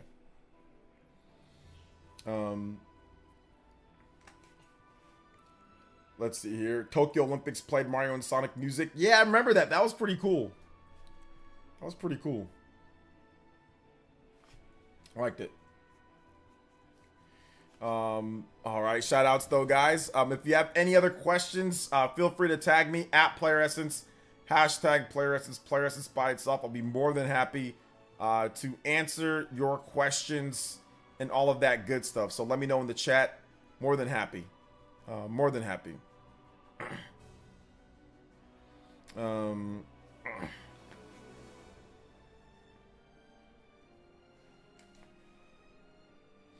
More than happy.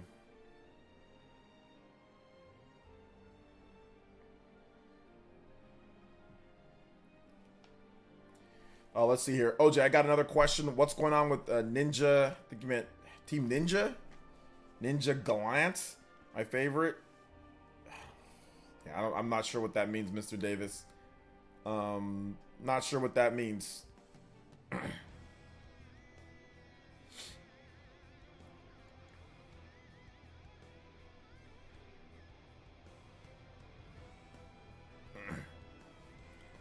So yeah.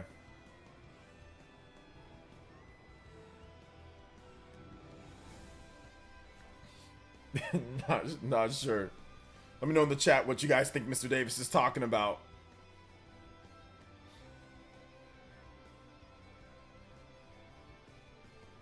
Thoughts on Deadpool and Wolverine? I haven't seen the movie yet, so once I see it, I'll definitely give you guys my non-spoiler thoughts. So absolutely, but I have not seen it yet. So not seen it yet. Ninja Gaiden? Yeah, I think maybe he means Ninja Gaiden. Yeah, it could be that. Yeah, I don't know what's going on with Ninja Gaiden. Last time that we heard about it, they did the Ninja Gaiden collection, where you get all 3 games. They said if those games do well, maybe we'll see something new from Ninja Gaiden. But I do not know what's going on with Ninja Gaiden. There hasn't been much from Ninja Gaiden. So we'll see. We will see.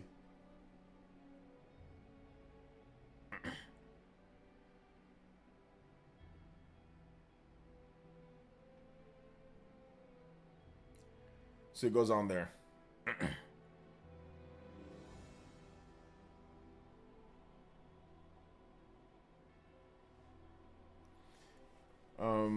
Let's see. Has anyone played Mario and Sonic at the Winter Olympic Games? I think I might have played that one as well, but I don't remember.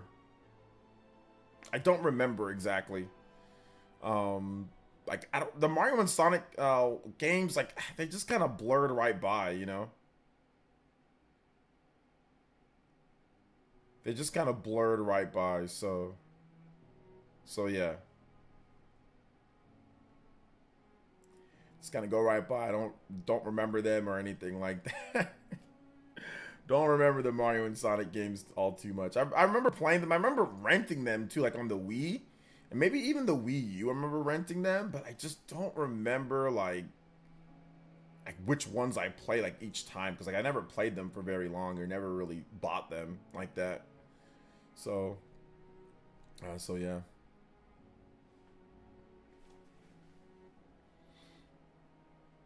So I would like that and another Neo game. Team Ninja are good at action gameplay. Yeah, they've been making like new IPs and different stuff lately, Team Ninja. You know, but we'll see what they do. We'll see what they do going forward. I feel like the Winter Olympics in general have more interesting setting than the normal Olympics, and more interesting events. I mean, I guess. I don't know. I mean, you got like bobsledding, you got like curling, you've got what else do you got with the? Obviously, you got hockey. You got ice skating. I mean, I don't know if I find that more interesting than like you know, track stars and all that, and like, you know, like skateboarding.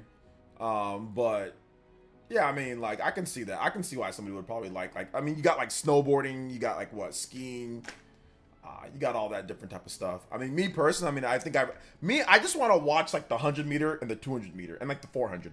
100, 200, 400. I just want to see those like on Twitter. I just want to watch, see who wins that. I just want to see the sprinting.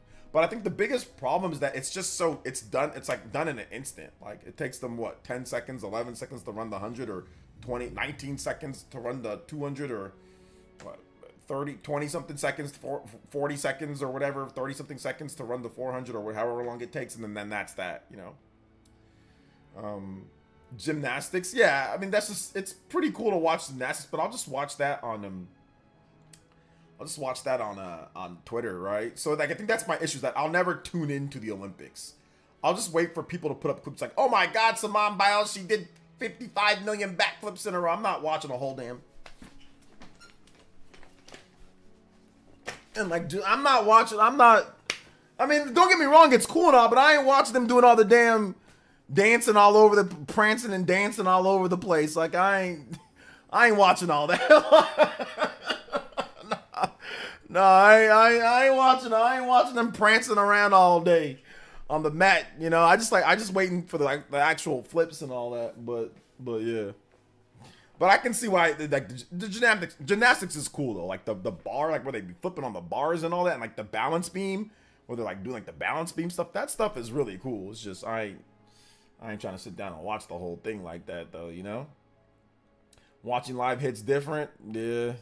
I used to watch it live. I remember watching a lot of the Olympic Games. And I remember watching a lot with my family in 1996. I think they were in Atlanta that year. If I'm not correct, I think they were actually in Atlanta. And I just remember watching a lot of the Olympic Games then, like being like, oh wow, like I want to be in the Olympics, you know? But yeah, that's about the last time that I actually like sat down and watched the Olympics on TV. Jay Will says, the Baron chat was great. Loved hearing y'all together. Yeah, Baron's awesome. We got, you know, we always have a good time. Whenever Baron's on, it's always a good time whenever Baron's on. So, that was fun. That was fun to talk to him about stuff. That was fun to talk to him about all sorts of stuff.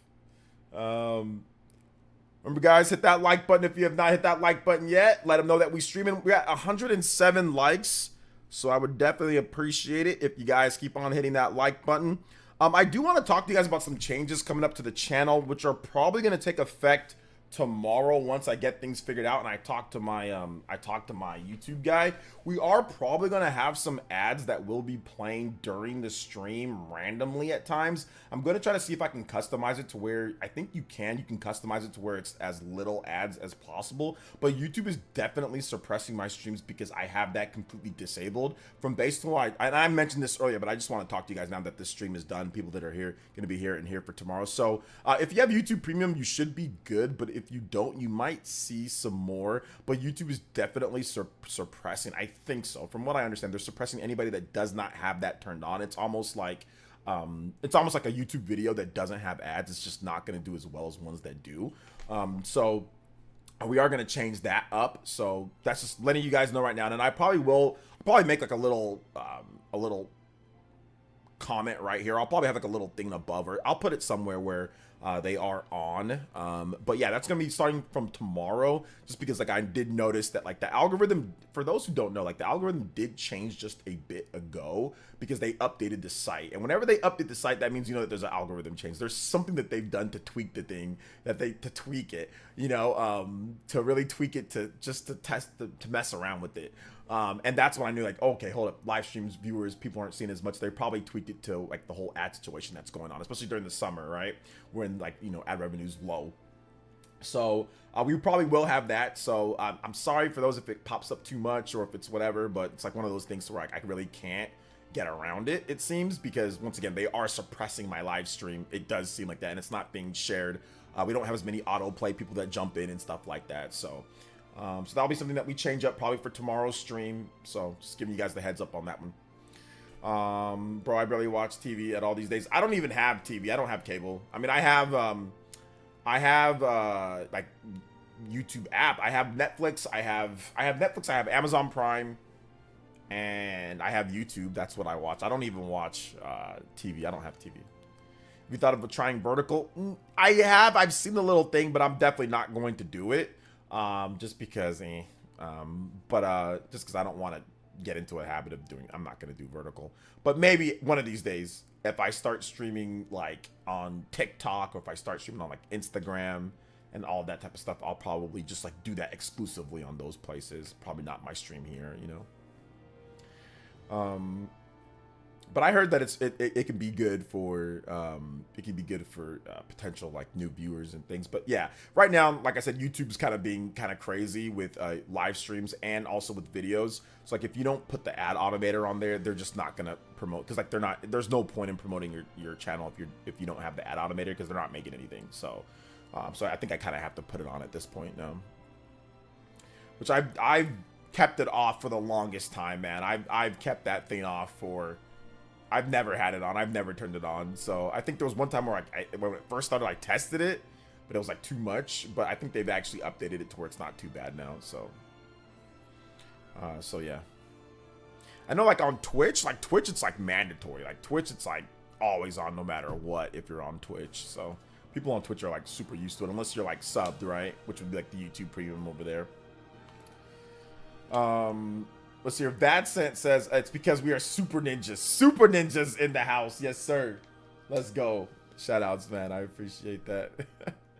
Skateboarding being added to normal Olympics is cool. I agree. Yeah, it's pretty cool. I think there's all sorts of weird Olympic games, man. There's like virtual shooting, but apparently there's going to be esports. Did you guys hear about that?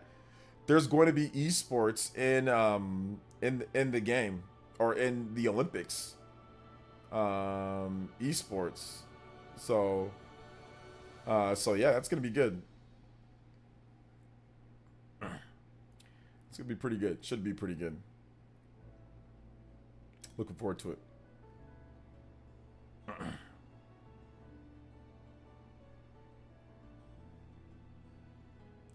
Looking forward to it quite a bit. Looking forward to seeing what they do as the esports, like what sports do they actually have in there, you know? I'm really looking forward to that. Okay, I think we've definitely ran that course. We've played the whole playlist on that one. Let's go. We'll just start from here. All right, so if you guys, like I said, if you guys have questions, feel free to tag me at PlayerEssence, hashtag PlayerEssence, or PlayerEssence by itself. Still answering questions for like another 13 for 12 minutes or so we still got some extra time. I can look up some news stories or anything you guys want to talk about, but if you guys have anything else that you want to talk about, feel free to let me know.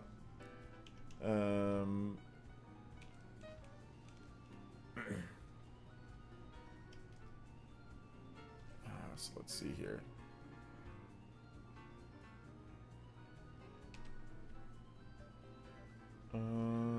Let's see here.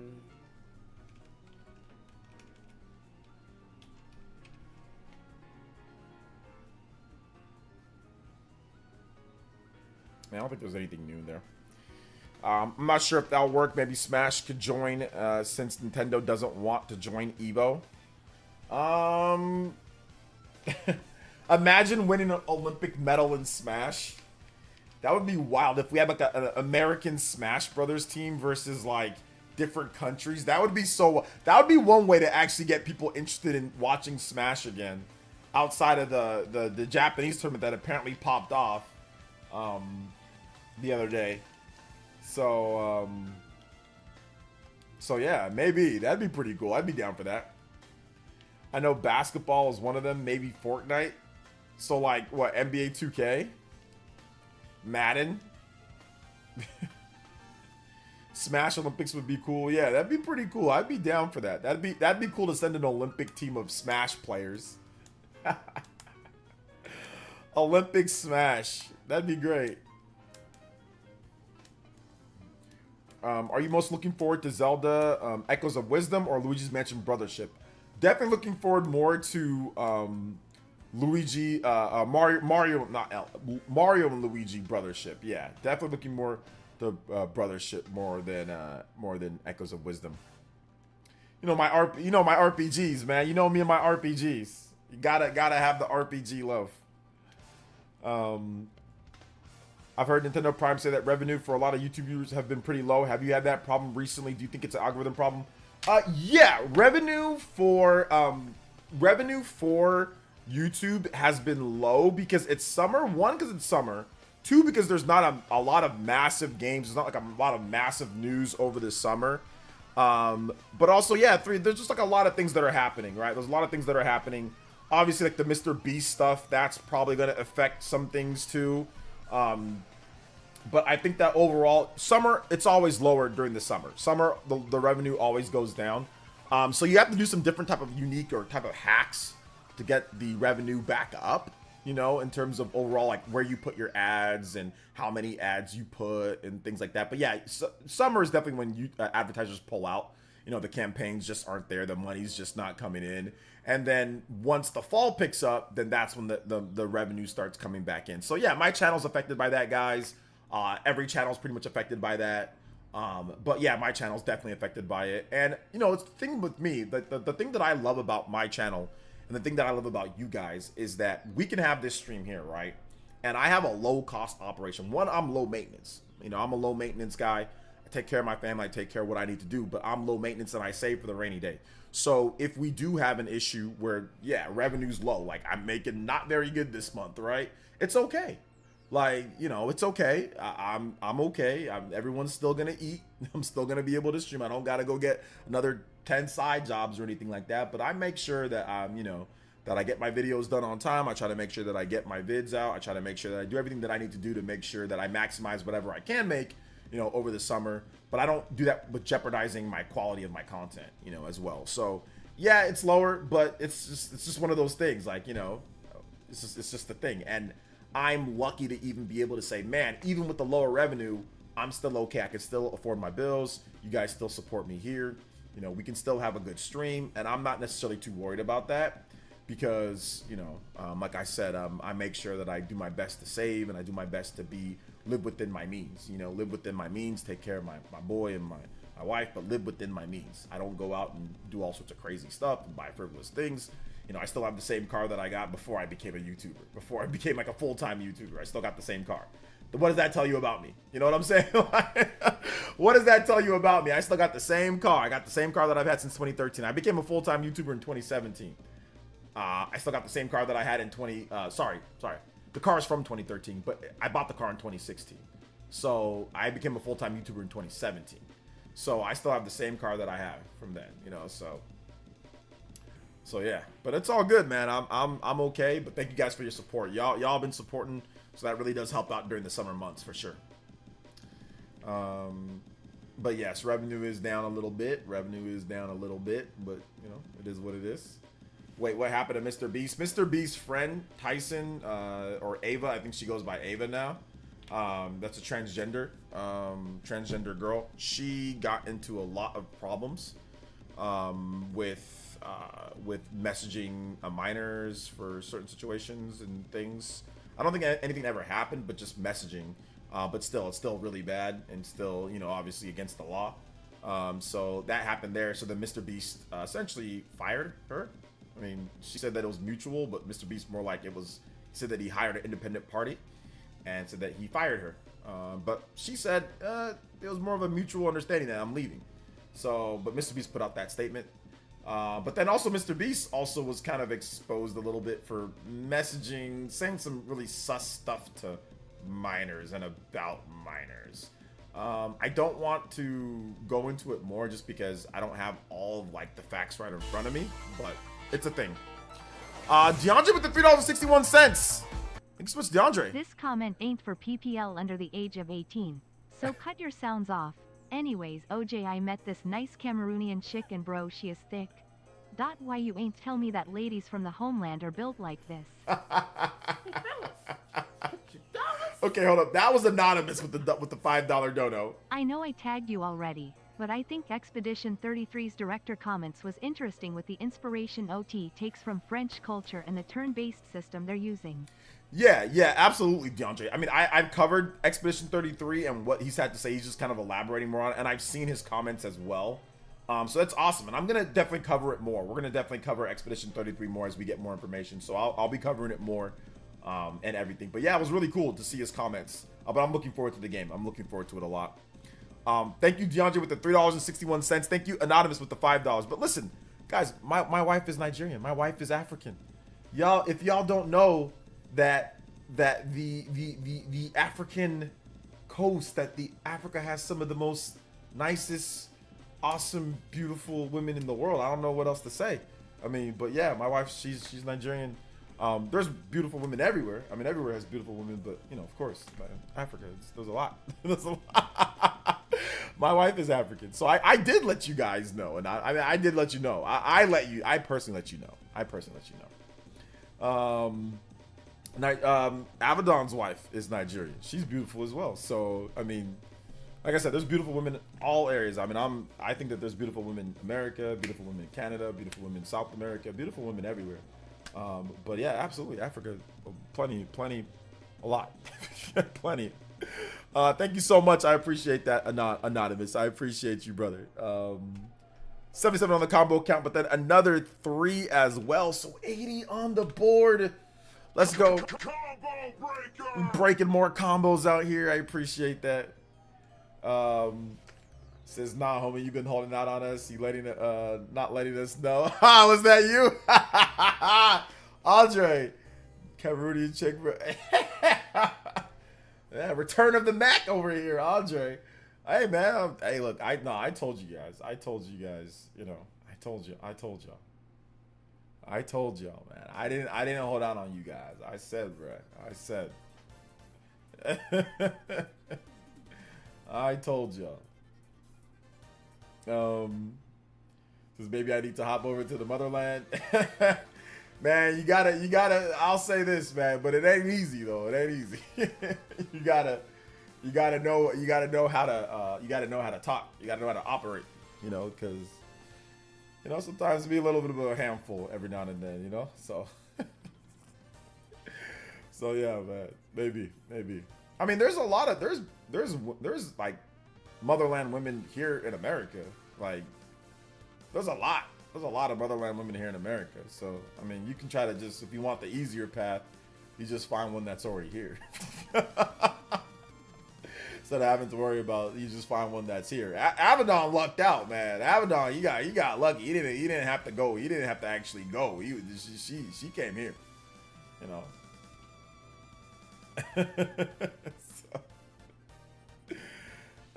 Yeah, she made me some puff. I don't know if that's how it's spelled right. The bro's cooking top notch. Oh yeah, absolutely. I didn't know you were single, Andre. I thought you actually had somebody. But okay, no, that's good, man. Yeah, dude, I'm telling you, brother. I'm telling you, man. Yeah, motherland women, you know, they'll definitely take care of you. Take care of you for sure. So yeah, he says, OJ ain't trying to say too much. And listen, I'll let you guys know, bro. I'll let y'all know.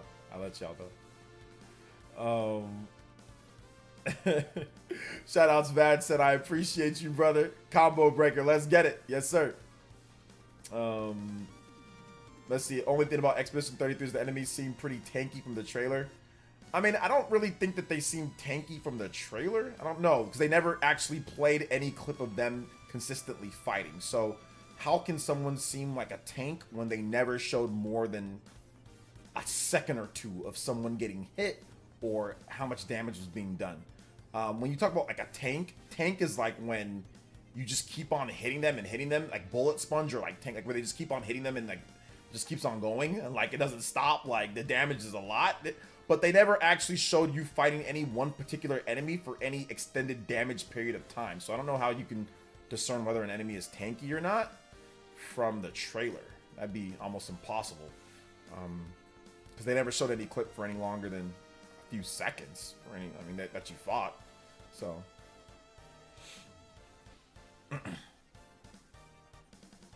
but let's see here. But I mean, it's a turn-based RPG, so I mean, yeah, you're gonna have some enemies that are, you know, like you can't beat. I mean, if it's a turn-based RPG, you can't beat them in like 1 or 2 hits. Like there's gonna be some strategy. You gotta have more than like, you know, a number of hits. So otherwise, it's gonna be too easy. So it's not an action RPG like where you're just sitting there mashing buttons and you're knocking out everybody in like you know, like Final Fantasy 16. It's like you got to actually have some strategy so the enemies just can't go down in a few hits, you know? I've watched the footage multiple times, and I don't think that and I've been playing RPGs for a long time, House King. I don't know how you can discern whether something's tanky or not from half-a-second clips, like from 1 second, 2 second, 3 second clips. They never... Tank is like I said, when you do a lot of damage over a long period of time. But can you show me anytime that they actually showed footage for longer than like a few seconds on any particular thing? Like there's no way to discern whether something's like tanky or not until you actually play the game and you get into it. But I don't know how you discern that from the trailer based on what I've watched. But I mean, we can watch it and break it down if you want to show me, because I'm actually super excited for the game.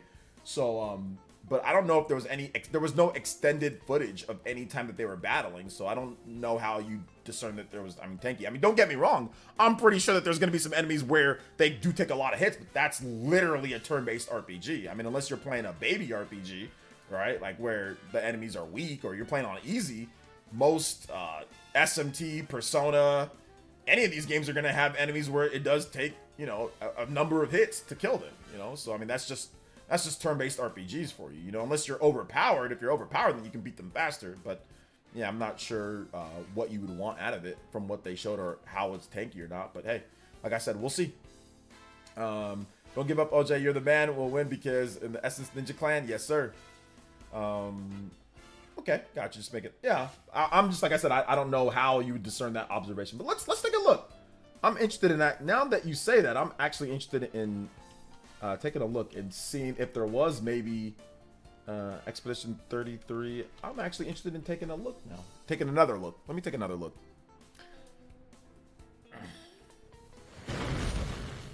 All right. Product not yet rated. Let's take a look. We'll break it down slowly.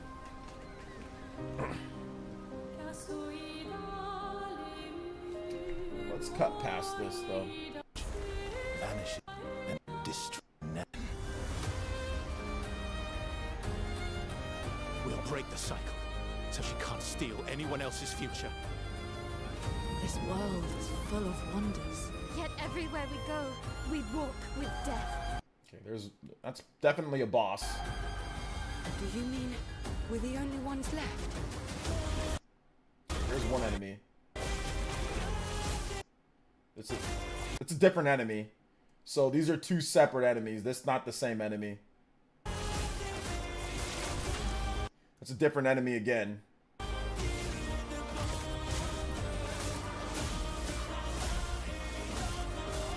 It's another different enemy. Different enemy. Different enemy. Yeah, I don't...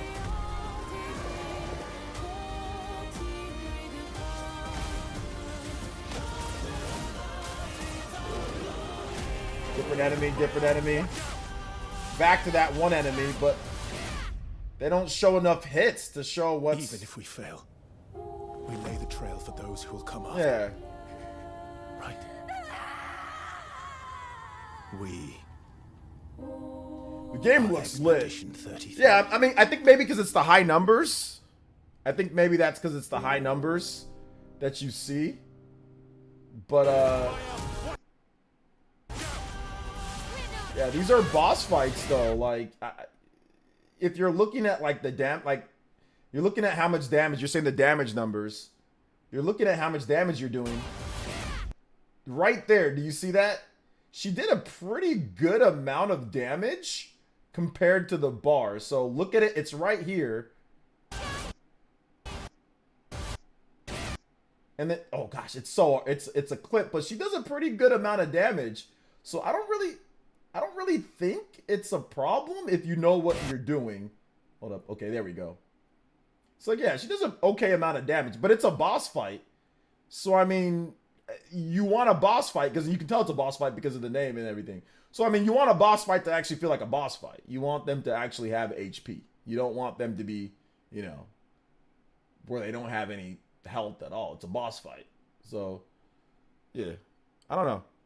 Yeah, I'm looking, like I said, that looks like a pretty good amount. It's not like it was like a little sliver of health that went off on this attack. Now, we don't know what attack she's doing. Once again, we don't know what attack. We don't know what tools that you have in order to do more damage and like damage multipliers. That's what makes good RPGs good RPGs. Like I said, I know you're not here to argue, House Gang, but I think what I said still stands by. I don't think you can tell something's too, like, the enemies are too tanky, and it's a boss. So I mean, I don't know how you can get that from the trailer. But then again, you said, like you said, you could be wrong. But I'm just analyzing it because I analyzed it a lot, and that didn't come up in my notes.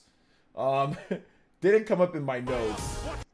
So, but that's definitely a boss, you know. That one doesn't have a health bar, so there's no health bar. So this seems like maybe like more of a normal enemy, than anything. So that one doesn't have a health bar. Yeah, these ones don't have health bars. No health bars there. So I'm guessing that was the only one that you're talking about, was the one with that health bar. Wait a minute. Visions of Mana demo? Wait a minute. A Visions of Mana demo? Wait. A demo? What?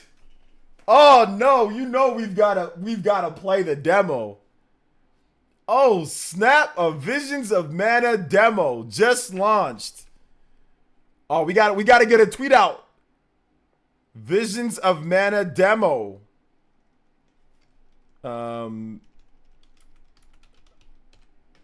Visions of Mana demo. Oh, let's go. Go no. We gotta play this. Maybe we gotta do it tomorrow, though. I can't do it today. I don't have the time. I gotta finish editing. Oh my gosh. Maybe I should make a video on it. Maybe I should play it tonight and make a video on it. First impressions of Visions of Mana. I think we should do that. Visions of Mana demo out now on PlayStation. Is it on Xbox? Is it on everything? PlayStation 5. Is it on PlayStation 5? PS4. Is it on PS5? PS4. I'm guessing it's on Xbox as well. Xbox and PC. Xbox Series. X/S and PC. So I'm guessing it's out on all of those. I'm gonna let you guys. Yeah, it's out on everything. Yeah, I'll probably do it tomorrow. Hey, take it easy, Vats, and thanks for coming out to the stream, brother. I appreciate you. Definitely gonna check it out. Definitely going to check it out tonight and make some content on it. Oh man, Visions of Mana, let's go. Just about to tell you, you serious about there's a demo? I'm serious about there's a demo. Yeah, I'm putting a tweet out right now. If you guys want to see Visions of Mana brand new demo out now, they just talked about it. There's a demo out right now on everything. So I am going to, all right guys, so what we're gonna do is we're gonna go ahead and end the stream here. Today was a great stream, man. I really enjoyed the stream today. I've got to edit, I got a Xenoblade Chronicles video that I want to do, but I think I kind of want to check out this Visions of Mana demo and make some content on the Visions of Mana demo as well. So I kind of want to do that. Talk about that game too. So yeah, Visions of Mana demo is out now, so you guys go check it out. Visions of Mana, let's do it. Yeah, it's good stuff. So thank you guys so much for coming out to the stream. Big love to Vadcent. Big love to everybody that came out to the stream today. Thank you guys for the donos. My man DeAndre, my man flipping the switch, Christian Me World, Vadcent with the big 15, and the stream is a Hokage stream, just a Sicilian Gamer. Thank you so much. Simeon Coin, Mr. Pedro, David V, John Foster. Thank you guys so much for the JoJo's as well. Minato Mario, the dog hair don't care. Thank you guys so much. Thank you so much for your support. You guys were awesome. Hail Jay, what did I miss? You missed the whole show. The replay will be up though, so if you want to watch the replay, you will be able to check it out. But yeah, you missed the whole show, Casual Noob. But it's good to see you here, at least at the end. But Ryan Cardo, thank you for the support today, guys. Thank you for being awesome. We've got a lot of content to talk about. Like I said, things are picking up. Things are going to pick up as we head into the fall season here. Demo for Visions of Mana. Let's go. So I'm going to go download that. I'm definitely going to check it out for you guys. I am going to, I don't know. I think there's a PC demo, right? So I should just be able to just play the game on PC. Maybe I'll download the PS5 version too, see how that is. So we'll see. All right, guys. Love y'all so much. And we will see you for the next one. All right, guys. Peace out. Check out my most recent video. I had a video talking about the, what was it? We talked about Persona 5 The Phantom X, potentially coming over to Switch, Monster Hunter Wilds, that situation that's going on there. So yeah. All right, good stuff. So thank you guys. Love y'all. And we'll see you for tomorrow's stream. All right, guys. Peace out.